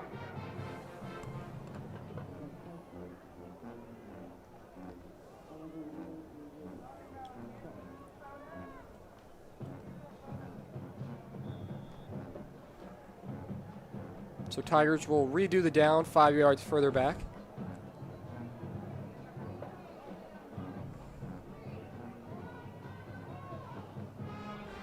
Just going to be a handoff to Green. Green finds some open room. If he gets the tackle break, he will be in the end zone. Now, that's the hat trick for Green. He didn't get it in the first half, got it now. I don't see any flags, so this No one, flags. this one will stand. The hat trick for Green. There had to have been at least 3 broken tackles on that play. It amazes me because they're tackling him at his feet, so like it should throw off his balance there, and you think that eventually one of those times he'd have to fall down, but no, that's just a power running back right there. Morgan out there to kick the extra point. And I'm sure SMU is excited to have that young man in their program next year. He'll be kicking on Saturday, huh? Green is going to SMU. I'm not sure about. Oh, I'm sorry. Is Morgan? I thought you were referring to Morgan. Let's see. Maybe. You never know. I think he'll be kicking somewhere on Saturday. Of course, he's kid's only a 10th grader. Yeah, oh, plenty of time. He'll be kicking on Saturday somewhere eventually. Mm-hmm.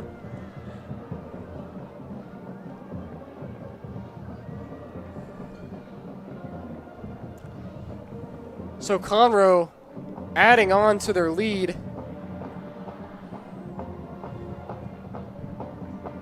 31-7.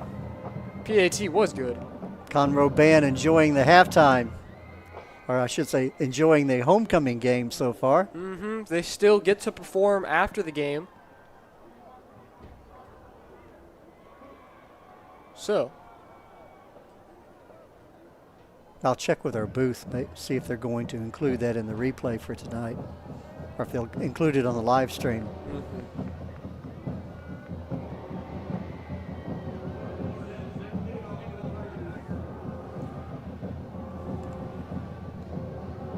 So Morgan, who just made the PAT, kicking off.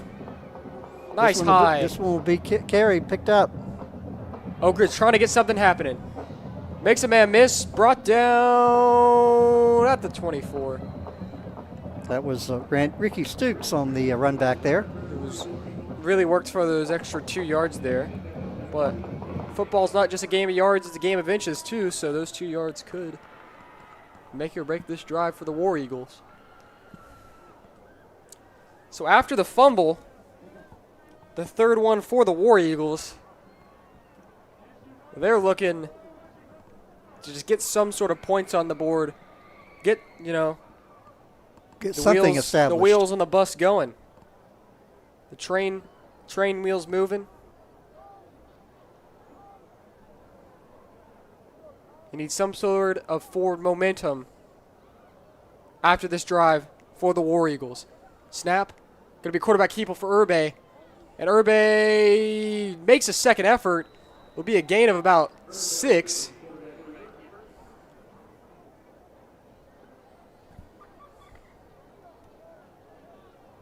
Caden Williams on the tackle there for the Tigers.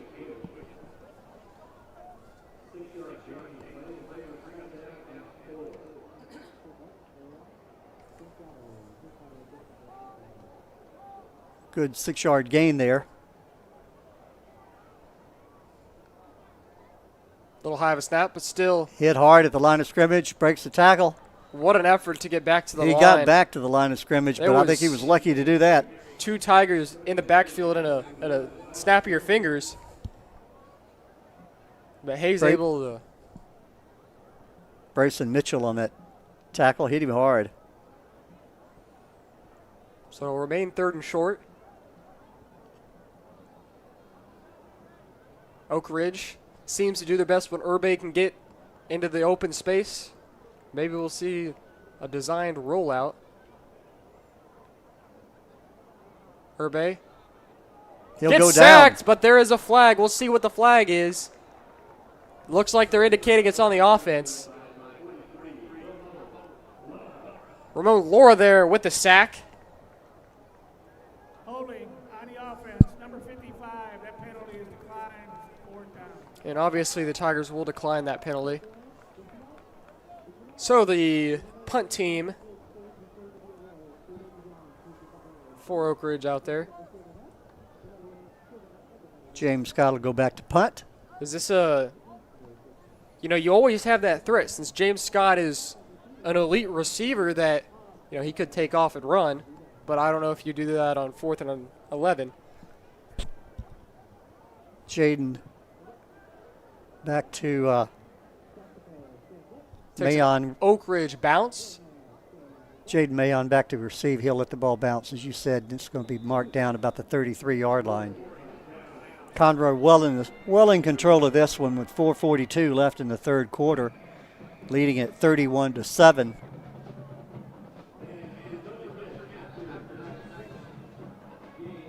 Might be a little early, but we might see some fresh jerseys out there on the Conroe side of the ball. Perhaps a new quarterback, but we'll see. Looks like Christian's still out there. His brother Cam Nunley is the backup. We might see him before the game is over. We possibly could. Green is also still in there. Wise goes in motion. Screen pass. Nothing going there. Oak Ridge defense all over it. Saw, screen, went to screen, tackled the screen. We'll give number 41 credit for that. That is Breeden Ramsey. It's going to be a big TFL. 3 guys out there on the tackle. Clock running with 4:16 left in the third quarter. Yeah, no urgency for the Tigers here.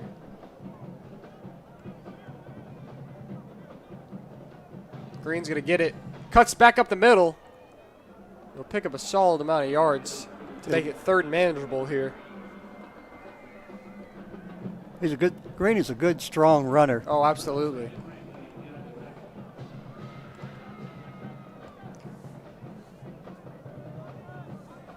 No doubt this Conroe Tiger team has the tools to not only make the playoffs, but compete. Mm-hmm. If they can, just play error-free football. Exactly. Hard to ask, though, at times. That pass was a little high. Yep. But Green, heading into this game, David, he averaged 8.6 yards a carry. Boy. That is really close to being a first down a carry. And after tonight, it might be even more. Elijah Harris, the intended receiver there. So this will be the second time we'll see the Conroe punt team. The first punt. Yeah, he hasn't got a very good workout tonight, has he? He had the 15-yard punt, roughly. We'll see if this one can go more than that. Roberto Garcia, I believe, is our punter. Almost blocked. Very high. Backspin, too. You gotta touch the ball there, right at the 50. So a punt of... Not 12, 11 yards. So not better than the last one. Now that's something you don't want to do in the getting ready for the playoffs. No. So Oak Ridge with phenomenal field position. You want to be able to flip the field when you can.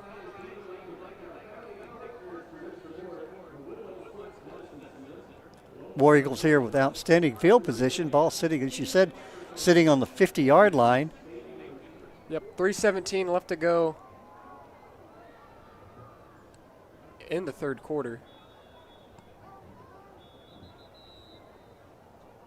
I think we have a timeout, official timeout. I think we had an official downfield.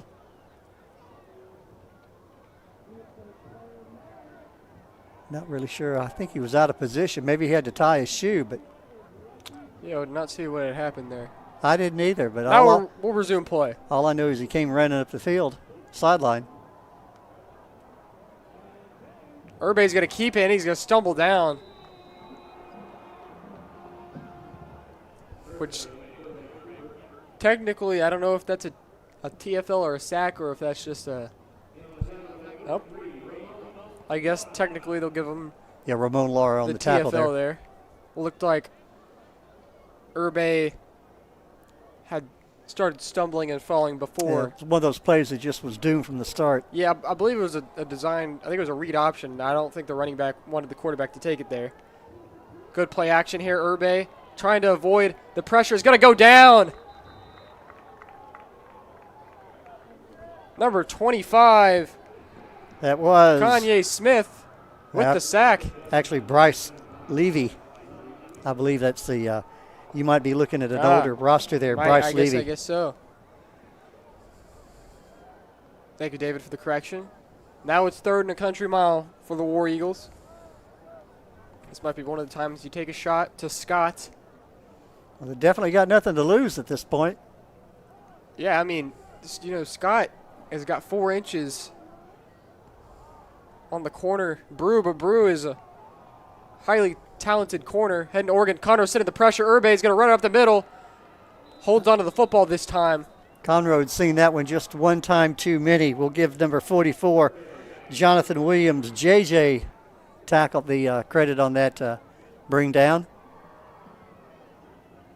That's a play that they've had some success with tonight, but that front for Conroe, I think, seen it one time too many. Yeah, I'm third in a country mile. That's when Scott back to kick. High snap. End over end kick. He'll take a nice big bounce for Oak Ridge all the way down to the 17-yard line. 1:12 left in the quarter.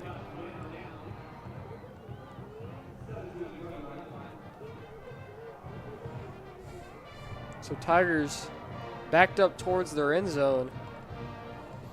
There is a delay, of course, on our live streaming, but I'm showing that score down I-45 there between Willis and College Park. Willis on top now 21-14. So that's a close game. I'm sure Jackson Cochran calling that one's having a good time with it.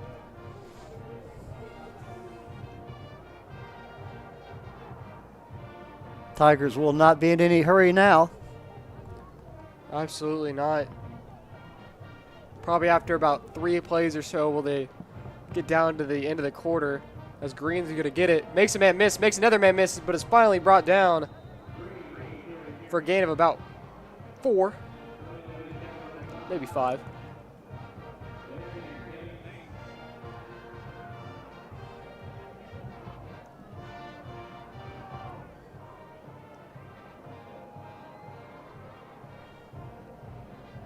.45 seconds left in the third quarter.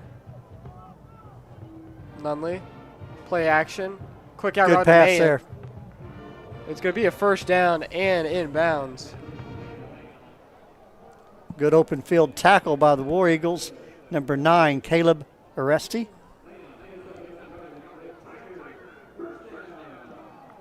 And if the Tigers choose, they can just take it to the fourth quarter, and it looks like they will. So at the end of 3, Tigers 31, War Eagles 7.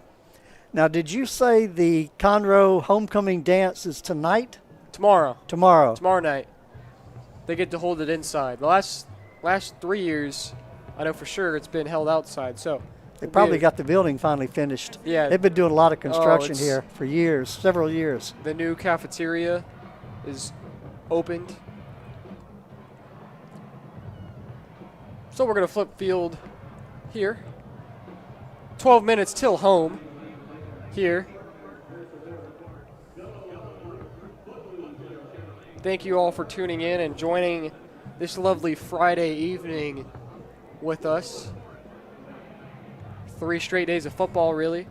Friday, high school. I mean, sometimes there's a game on Thursday, too, that you get to watch. So really 4 days. Have not been as many of those this year. And I don't think there's any plan for the next few weeks, 2 or 3 weeks, looking at the schedule. It all boils down to how many home teams are playing at home and how many teams are playing away. Fortunately, we have the 2 stadiums here for Conroe IST to support the programs that we have. Yep, you have the 3 schools that share the bank, and then you have the 2 that share Buddy Moorhead. As it looks like Conroe is in 5 wide. Nunley back, pass, looking downfield, and it looks like Zachary Allen just didn't see the ball there. Yeah, he's looking for a flag, but I think he lost to the ball. Did not see any contact that I think would constitute pass interference. I think that's what you would call a good no call.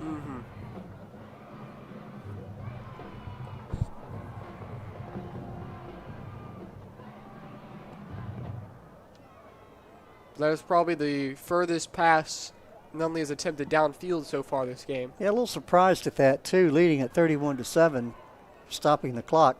Maybe you just try some things. Nunley's going to keep it to himself, going to run to the outside. Gets a good block there by Mayan. It looks like he rolls on top of the defender, which will give him the first down. Nunley was going down about two yards short of the line of game, but when you roll on top of that defender tackling you. Ejeckham on the tackle there for Oak Ridge.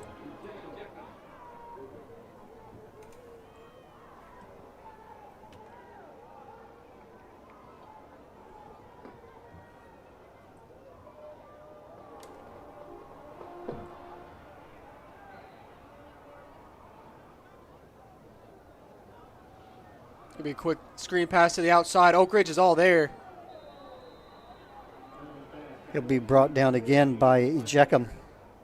No, correction. Caleb Aresti on the tackle there. So that's going to be a TFL for the War Eagles, and so that'll be 2nd and long. Clock is running, though. Now in the 4th quarter. Correction, are we? Yeah, we're in the 4th quarter. Yeah, I had to think for a minute. After this will be in the 5th quarter with the Conroe band playing. Yeah, there you go. Green's going to get it. Green trying to find a hole. Gap's closed up fast there. Be a solid gain of about 4. 3rd and 8 for the Tigers. Aiden Struthers on the tackle there for the War Eagles.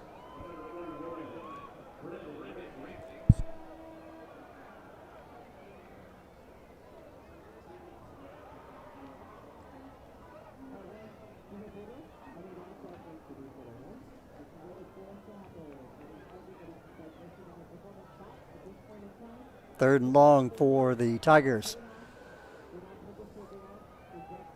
Nunley's going to keep it himself, and he's got room to run. Oh! Runs through a defender as he gets pushed out of bounds. And, folks, that is a quarterback there running with that much power to just run through one of the secondary members there. Picks up the first down and heads into War Eagle territory at the 44. I don't have the stats, but I think the Tigers have been done very well tonight on 3rd down conversions. It looks like we see a different running back Yeah, back there. It looks like he's going to go for a big first down. DK Franklin. Yeah, good hard run there. I hate to mention that Oak Ridge struggling with tackles, but there's missed tackles on just about every play. It usually takes the 2nd or 3rd guy to bring them down.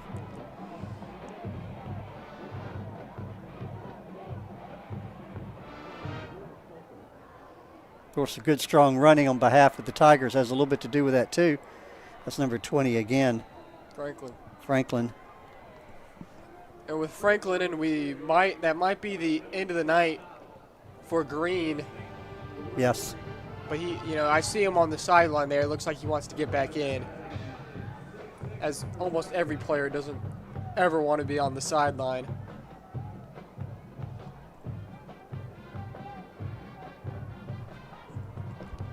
It looks like, though, if it does get to a 3rd down, that they will come in. Our Franklin, the back right now, to the right of Nunley. Nunley steps up in the pocket, makes a man miss. Hits to the outside. And he's just throwing secondary players around. When a quarterback is that big, is that fast, and is that strong,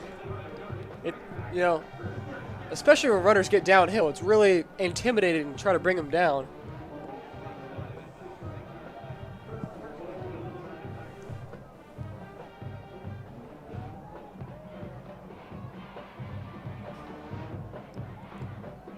So Franklin is going to stay in there at running back, so that will probably be the night for Green, who will end with the hat trick, 3 touchdowns.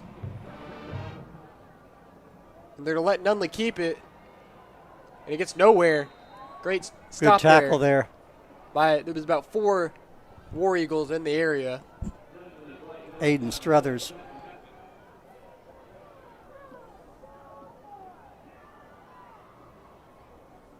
On the tackle for the War Eagles.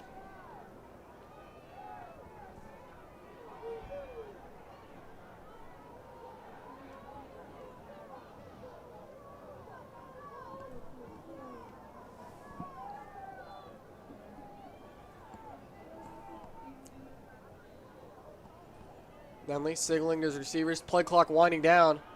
They get it off with 1 second left. Nunley, go look to the middle of the field. It's going to be a touchdown. Wide open. Zachary Allen. And that's going to extend the lead even more. 37-7, Conroe on top. It was a nice pass. Caught his receiver running across the middle of the field, back of the end zone. And he was looking there the whole way. Pitch and catch. Pitch and catch.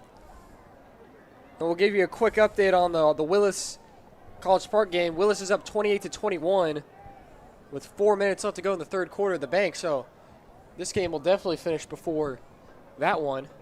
Zach Morgan out there to kick again. That 10th grader we mentioned earlier, sophomore. Splits the uprights.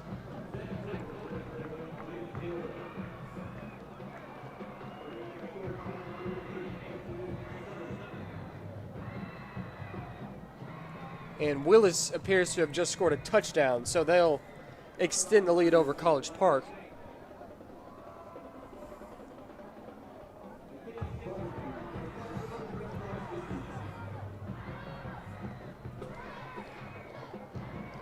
So definitely now you would think the Conroe offense will pull their starters. A great night for the Conroe run game between Green and Nunley. This would be a good time to see Cameron out there tonight. We'll see if that happens. Yeah, from what I saw, he looks a lot bigger than what he did last year. He was a 9th grader playing varsity football for about 2.5, 3 games in one of the toughest stretches for them. I believe he came in for the second half of the Woodlands game after his brother had suffered an injury. You know, the Conroe faithful have to be pretty excited because they've got some young players in key positions. Mm-hmm. Once one brother graduates, the other one will replace him. We see the kickoff received to the 15. Excuse me, the 10. Got a gap. Got a gap. Goodness. Ran into his own man. Down right around the 36. Yeah, Aguilar on the run back for the War Eagles. Phoenix Aguilar. Spark something here late in the game for the War Eagles. You always want to try to put points up on the board no matter what.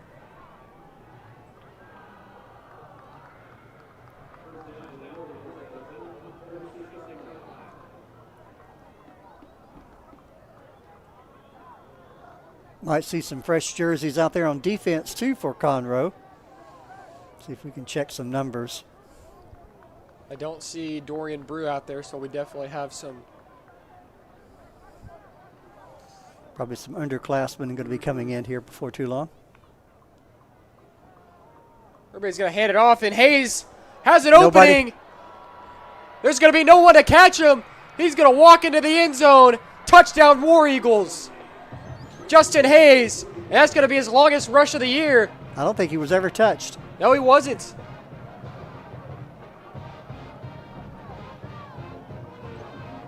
Great blocking up front by the O-line. And Hayes, we mentioned he's the district rushing leader. And besides that one fumble, he's played a phenomenal game. Yes.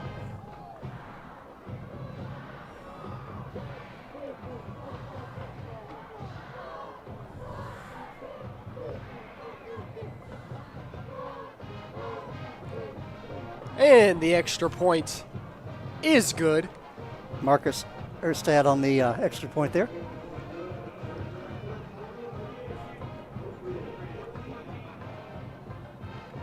You know, if Oak Ridge could just improve on their defense, I think they would be a much more competitive team. Absolutely. And I had mentioned earlier, they had the best, I believe, points and yards defense last year, mainly due to number 1 linebacker in the nation, Justin Williams, who's now playing at Georgia. And he actually gets in the game sometimes. I like to check in on former district players, and so that's pretty cool. But Justin Williams might be the most athletic high schooler defensive player I've ever seen play. I mean, last year I called the Oak Ridge Cleveland game, and he's out here just sprinting back and forth on making every tackle. And when you lose a guy like him, he might see quite a bit of playing time tomorrow because I believe Georgia is taking on the Mississippi State Bulldogs, and I believe they're playing them at home. In Athens. And the Bulldogs are struggling this year. Well, they had the game of the year last week, Alabama and Georgia. And when I believe Alabama was up 21-0, Georgia 28-0. Still found a way to chip back into that game. But with the new 12-team playoff, one loss, especially in the SEC, isn't going to absolutely destroy a team like Georgia. Georgia could probably get into the playoff with 3 losses. I don't know. It's if they would it's make very competitive now. I would say 3 losses might be where you won't get into the playoffs. Squig kick here. And it's going to go out of bounds. I believe it might have been touched up the field, but we'll see. I agree with you there.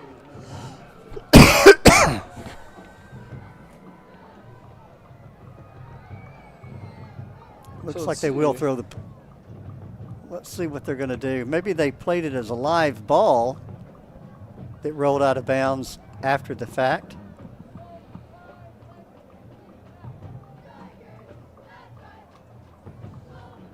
If it was touched and then ran out of bounds, they'll mark it where it ran out of bounds. I think that's what they're going to do. Looks like it marked at the 20. And it does look like we will see Cam Nunley, number 12 in the game. That's good. Give him some reps. He's a junior? He's sophomore. Sophomore. Yep. He's still not the biggest player out in the field, but he looks a lot, I would say he looks a lot bigger than he did last year. We'll see what the Southpaw can do. I'm sure his brother's on the sideline cheering him on. 7:32 left in the game. I'm not sure how much Conroe will throw the ball, but they are in 5 wide, but generally they'll run some sort of motion. As DK gets the ball there, Franklin. Brought down by powerful tackle, Corday Kirvin, for a no gain.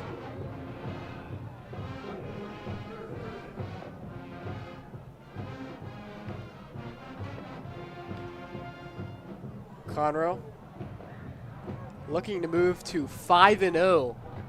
When was the last time they were 5-0? I believe 2007. 2007 they didn't lose their first game until the second to last week of the season. As Nunley's going to take off, will be stopped around the 25. See, whichever quarterback is in, I don't have to worry about the first name. I can just say Nunley, and I'll be right no matter what. He got 5 out of it. Make it 3rd and 5.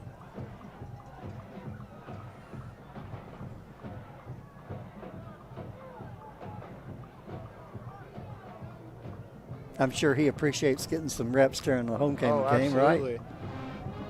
And this is the guy that's going to get the keys to the mansion next year once his brother graduates. Is they're going to hand it off to Franklin. Franklin's going to get out of bounds for a gain of 2, so it's going to be 4th and 3. Question is, no punt team is coming out. Oak Ridge will get the ball back. They were able to score a touchdown on their last series on that big play, that big long run. Yeah, the first play when the backup defenders had come in. So, a little momentum for the War Eagles here. Let's see if the War Eagles have really gotten a lot of pressure here on the punt. So let's see if could see a blocked punt here possibly. The 2 punts by Conroe tonight have not been the greatest. I believe 15 and 12 yards. And it looks like Roberto Garcia out there to kick, and Conroe will call a timeout. Looks like there was some confusion on that Conroe side.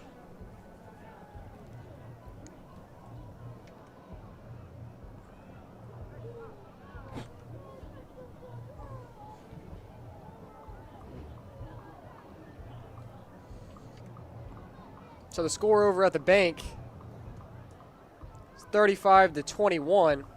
Willis on top.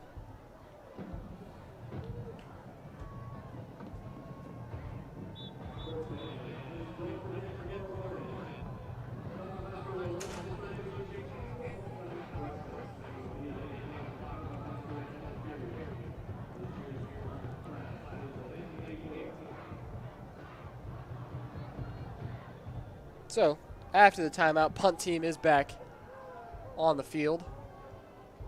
Oak Ridge trying to get home and block it.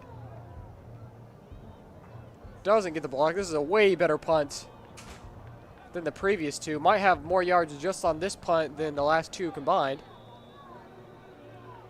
I just checked with the control booth, and the halftime again, I call it the competition show for Conroe Tiger Band will be live streamed after the game. Fifth quarter.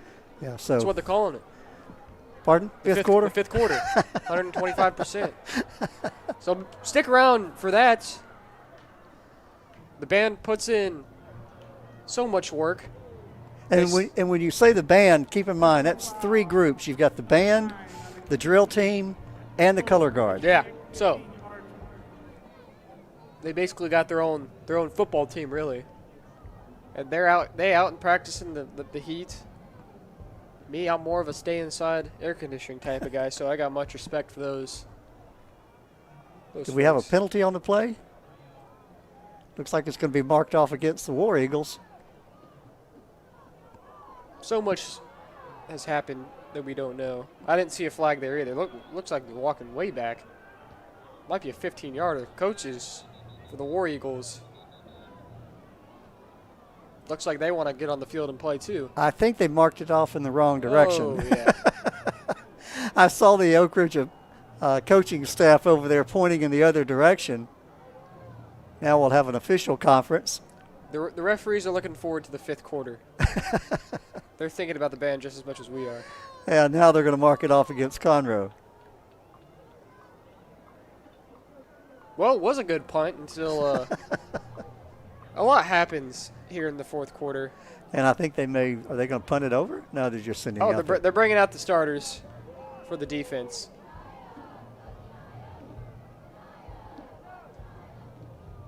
So Conroe not messing around, even though they're up 38-14. Well, with the penalty, I can see why they're putting the starters back in there. And now Oak Ridge has the ball on the Conroe 39-yard line. And we have another whistle. Timeout, Conroe. They might have had too many guys on the field. 5:56 left in the game. No, I think they had 11. I don't know. I can't tell. Once you get this late at night, counting becomes hard. So it's only 9:38. Maybe I'm just getting old. I don't know. I'm still drinking my coffee too. I'm going to be bouncing off the walls once I leave, though, David. I don't know. It's interesting you say that. I know when I was in elementary, I looked up at kids in high school and I said, man, they look old. Then when I got in high school, I looked at college kids and say, boy, they look old. Just, it gets. And then when I got in college, I looked back at high school kids and said, they look young. Yeah, exactly. All right, after the timeout, we're back. And then when you get to be my age, you look at everybody and you say, everybody looks young. All right, here we go. We have a new quarterback in there for the War Eagles. Pass completed out there. Sophomore Tavis Coleman in at quarterback. So Urbe's night is done. That was Bryce Coleman for the reception for Oak Ridge. A little Coleman to Coleman action. He got 5 yards out of it. I'm not sure if they're related. Nope. Well, they're both sophomores. So unless they're twins, I don't know. Maybe they're related. Maybe it's just a coincidence. Either way, War Eagles, the good game there. Tavis. Good pass. Out to Scott. Scott's helmet comes off. 2 Tigers there for the tackle. James Scott on the reception there.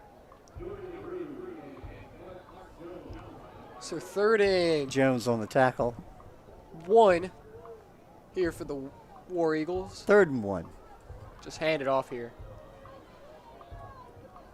Hayes is still in there. I'd just give it to Hayes. He's been Mr. Reliable all night when it comes to getting chunks of yardage. That's what they'll do. It'll be close. It'll be close. I think he's going to be short. It looks like they're marking him short. I think they're marking him short for giving the 4th down indication there from the line judge. It will be 4th down. They'll go for it, sure. Yeah, got nothing to lose. Still have a chance. You get in the end zone here. You never know. Friday night magic happens. Oh, Conroe showing blitz. Oak Ridge going to look to the sideline. They still have plenty of time on the play clock, 10 seconds. Inside of 5 minutes now. Blitz looks like it's coming from the right side. We might see a quick screen pass to the left here. 2 seconds, they're going to have to burn a timeout. And if you're Oak Ridge there, you really want to get that audible play call off since you knew what Conroe was going to do there. Well, at this point for Oak Ridge, it's all about giving your younger players some experience. You're down 38-14 with only 4:19 left. And Coleman has actually had some reps this year. For the year, he's 24-35, 192 yards, 1 touchdown, 1 interception. So he's more I would say the more thrower between the 2 quarterbacks. Well, in the Oak Ridge, they've had some games this year where they've been out of reach, which would give him the opportunity to get some reps. Mm-hmm.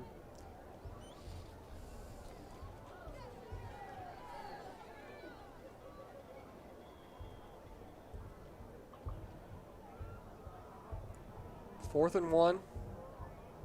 4 on the line for Conroe. High snap. Gonna be caught. Good pass. For a first down. Ricky Stokes, the receiver there. Saying his name a lot. You know, that's asking of you a lot of your young quarterback to throw an out pass like that on 4th down, and he threw it well. Oak Ridge will keep the ball inside of 4 minutes now left in the game. Trying to score. Get back-to-back scores. Coleman sees pressure. Being pressured, and he'll go down. The ball out? Nope. He was holding it so loosely, and that's Ramos. Just gets right over the left tackle, brings the quarterback down.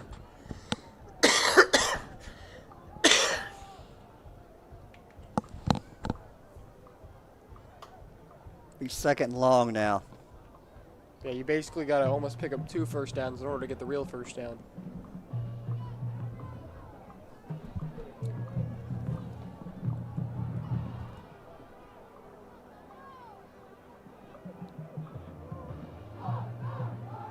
Trips receivers at the top of your screen. It looks like it's going to be a quarterback keeper. Breaks away from the tackle.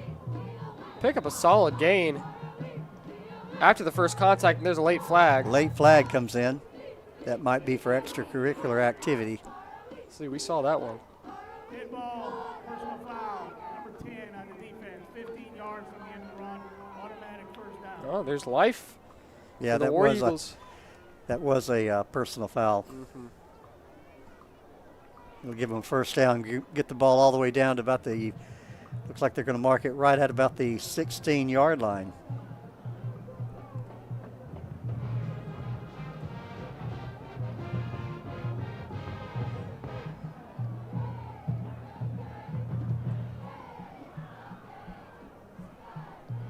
Appreciate our audience joining us tonight, but a reminder too, the Conroe Band will perform their competition show immediately after the game, and that will be live streamed over the CISD Athletics YouTube channel. Looking to throw, got a man open in the middle. Good, Whoa. Dropped it. Oh, man, I and see another a flag comes in. That was one of those where you ask yourself, did he hold on to it long enough to have possession and a fumble? But they called it an incomplete pass. Let's see what the flag is going to be. Yeah, the 2 big terms I hear, especially for the NFL, is did the receiver make a football move? Yeah. And then did he survive the ground? Ricky Stooks on that reception there. Looked like he had the ball, and the receiver or the defender for Conroe was able to pull his arms back away from the ball. Refs are conferring. 2:30 left in the game.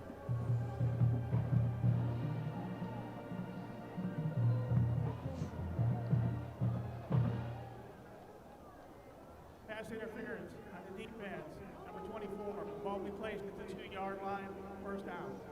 There you have it, pass interference call. Looked like he probably got there a little bit too early. Yeah. The receiver had the better position on the ball, and the defender had to interfere with him in order to break up the play. So Oak Ridge at the 2, looking to score on back-to-back drives. It's going to be a handoff to Hayes, and he's going to walk in. That's going to be a War Eagle touchdown. That was a play where the offensive line for Oak Ridge really did its job. Closed off and just moved the entire defensive front for Conroe. Give the Oak Ridge Band another opportunity to play the fight song, which is the same song as Grand Ole Flag. See, I knew I recognized. So now, kick is up, high enough, long enough, and it is good. So Oak Ridge, you know, it's a 3-score game. This is where you go for the onside.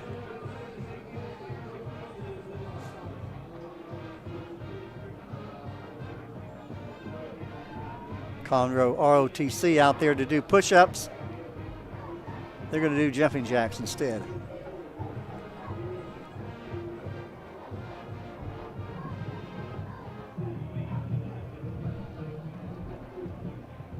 I believe that's the Oak Ridge Air Force ROTC.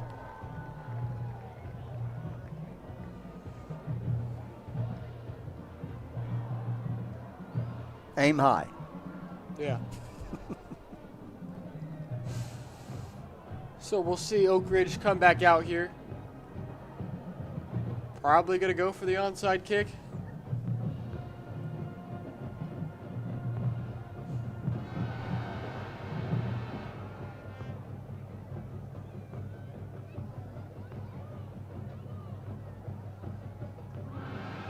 Yeah, looks like what they're doing, setting up for it. Looks like Christian Nunley is on the is back there, back to return, which is very interesting.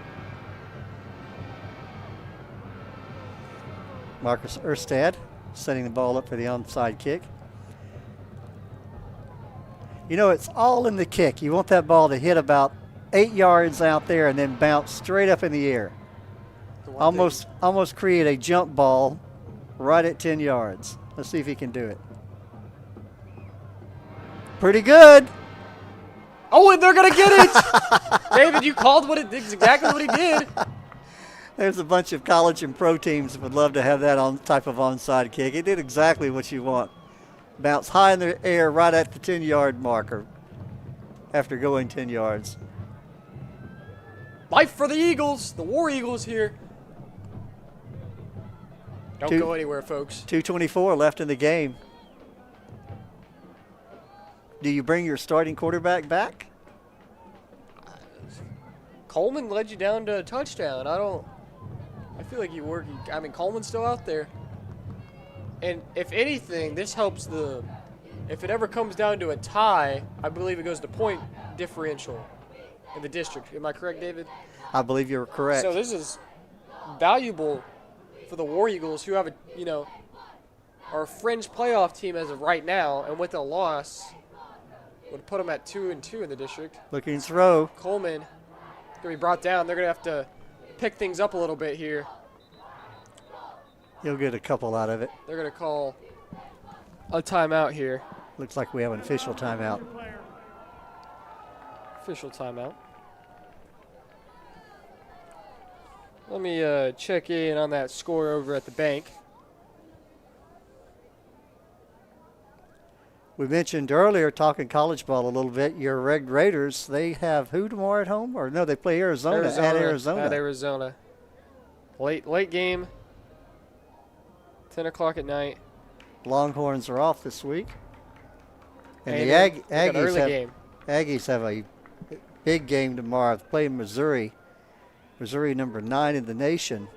That game going on are going to happen over in College Station. I think there's some people that are kind of saying, well, Missouri really hasn't. They're 4-0. Did beat Kentucky. Kentucky as you mentioned, gave a good game to Georgia. I don't think the Aggies coming off that win against Arkansas. That could be a good one. It's going to be an early game, too, 11 a.m. start. Even though it's 11 a.m., Kyle Field's going to be rocking. One of the toughest places to play in college football. That could be a good game. Should be a good game. Early at 11 o'clock. All right, here we go. Coleman. Looking down the Scanning middle. across the middle. Has a man. Has his man. Brought down right around the 17. Oak Ridge, they gotta speed things up a little bit. They're still in this. That was number 14, Bryce Coleman. Coleman to Coleman, man. They must have that connection.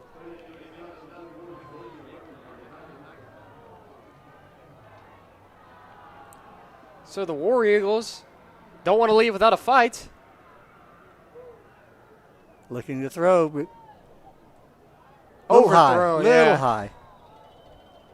Number 1, James Scott, his intended receiver. You know it's a little overthrown high when your 6'4" receiver had to jump up for it and it was a little out of reach. So Dorian Brew on the defense there.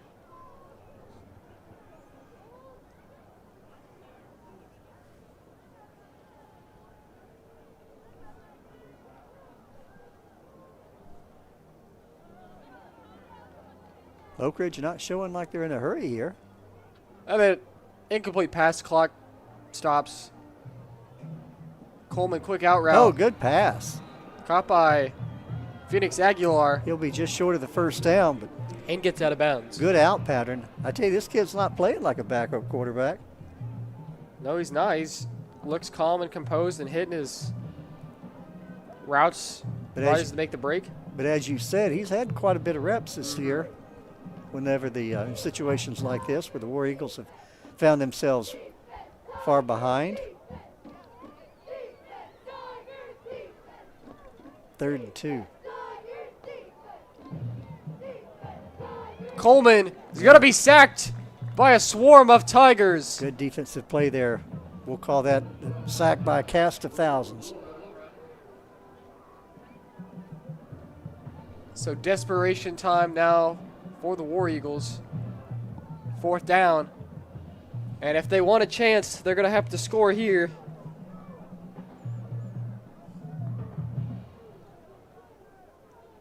As if Conroe gets the ball back, they can essentially just need the game out. 4th down. Clock is ticking, though.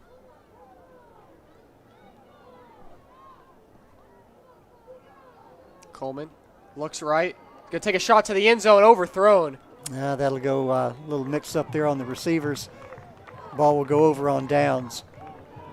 So Conroe will get the ball back. Oak Ridge only has 2 timeouts. So technically,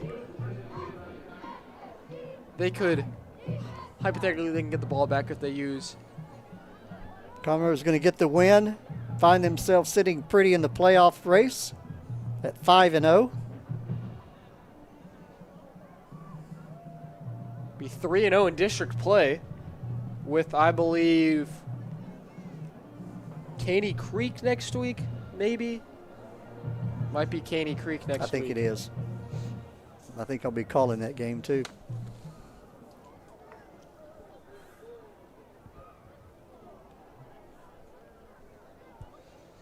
Might be picking up a little interference through the board on your phone.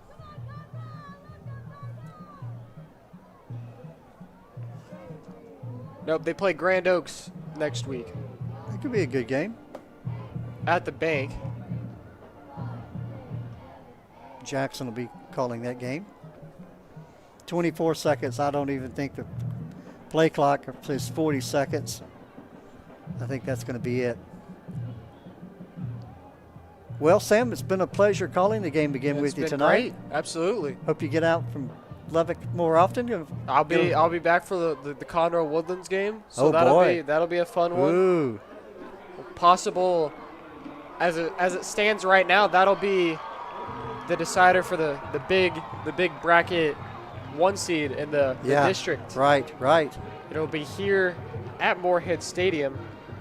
But at the conclusion of the game here, Conroe 38, Oak Ridge 21, in a great homecoming win for the Tigers as they head into next week against Grand Oaks.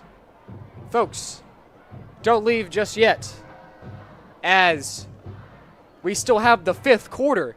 The band is going to do their competition performance. the Conroe band will do their performance. We saw the Oak Ridge band at halftime. They did a phenomenal job. Then we saw the homecoming court winners. Then we saw the second half of football. But now we're going to see the band. So stay tuned for that. For the call, I'm Sam Ulrich, David Laney, other man in the booth with me. Thank you all for tuning in. Don't go anywhere though. I'm signing off. Good night. Be safe. Have a phenomenal weekend. And let's stick around for the great Conroe Tiger Band. Have a great night, everyone.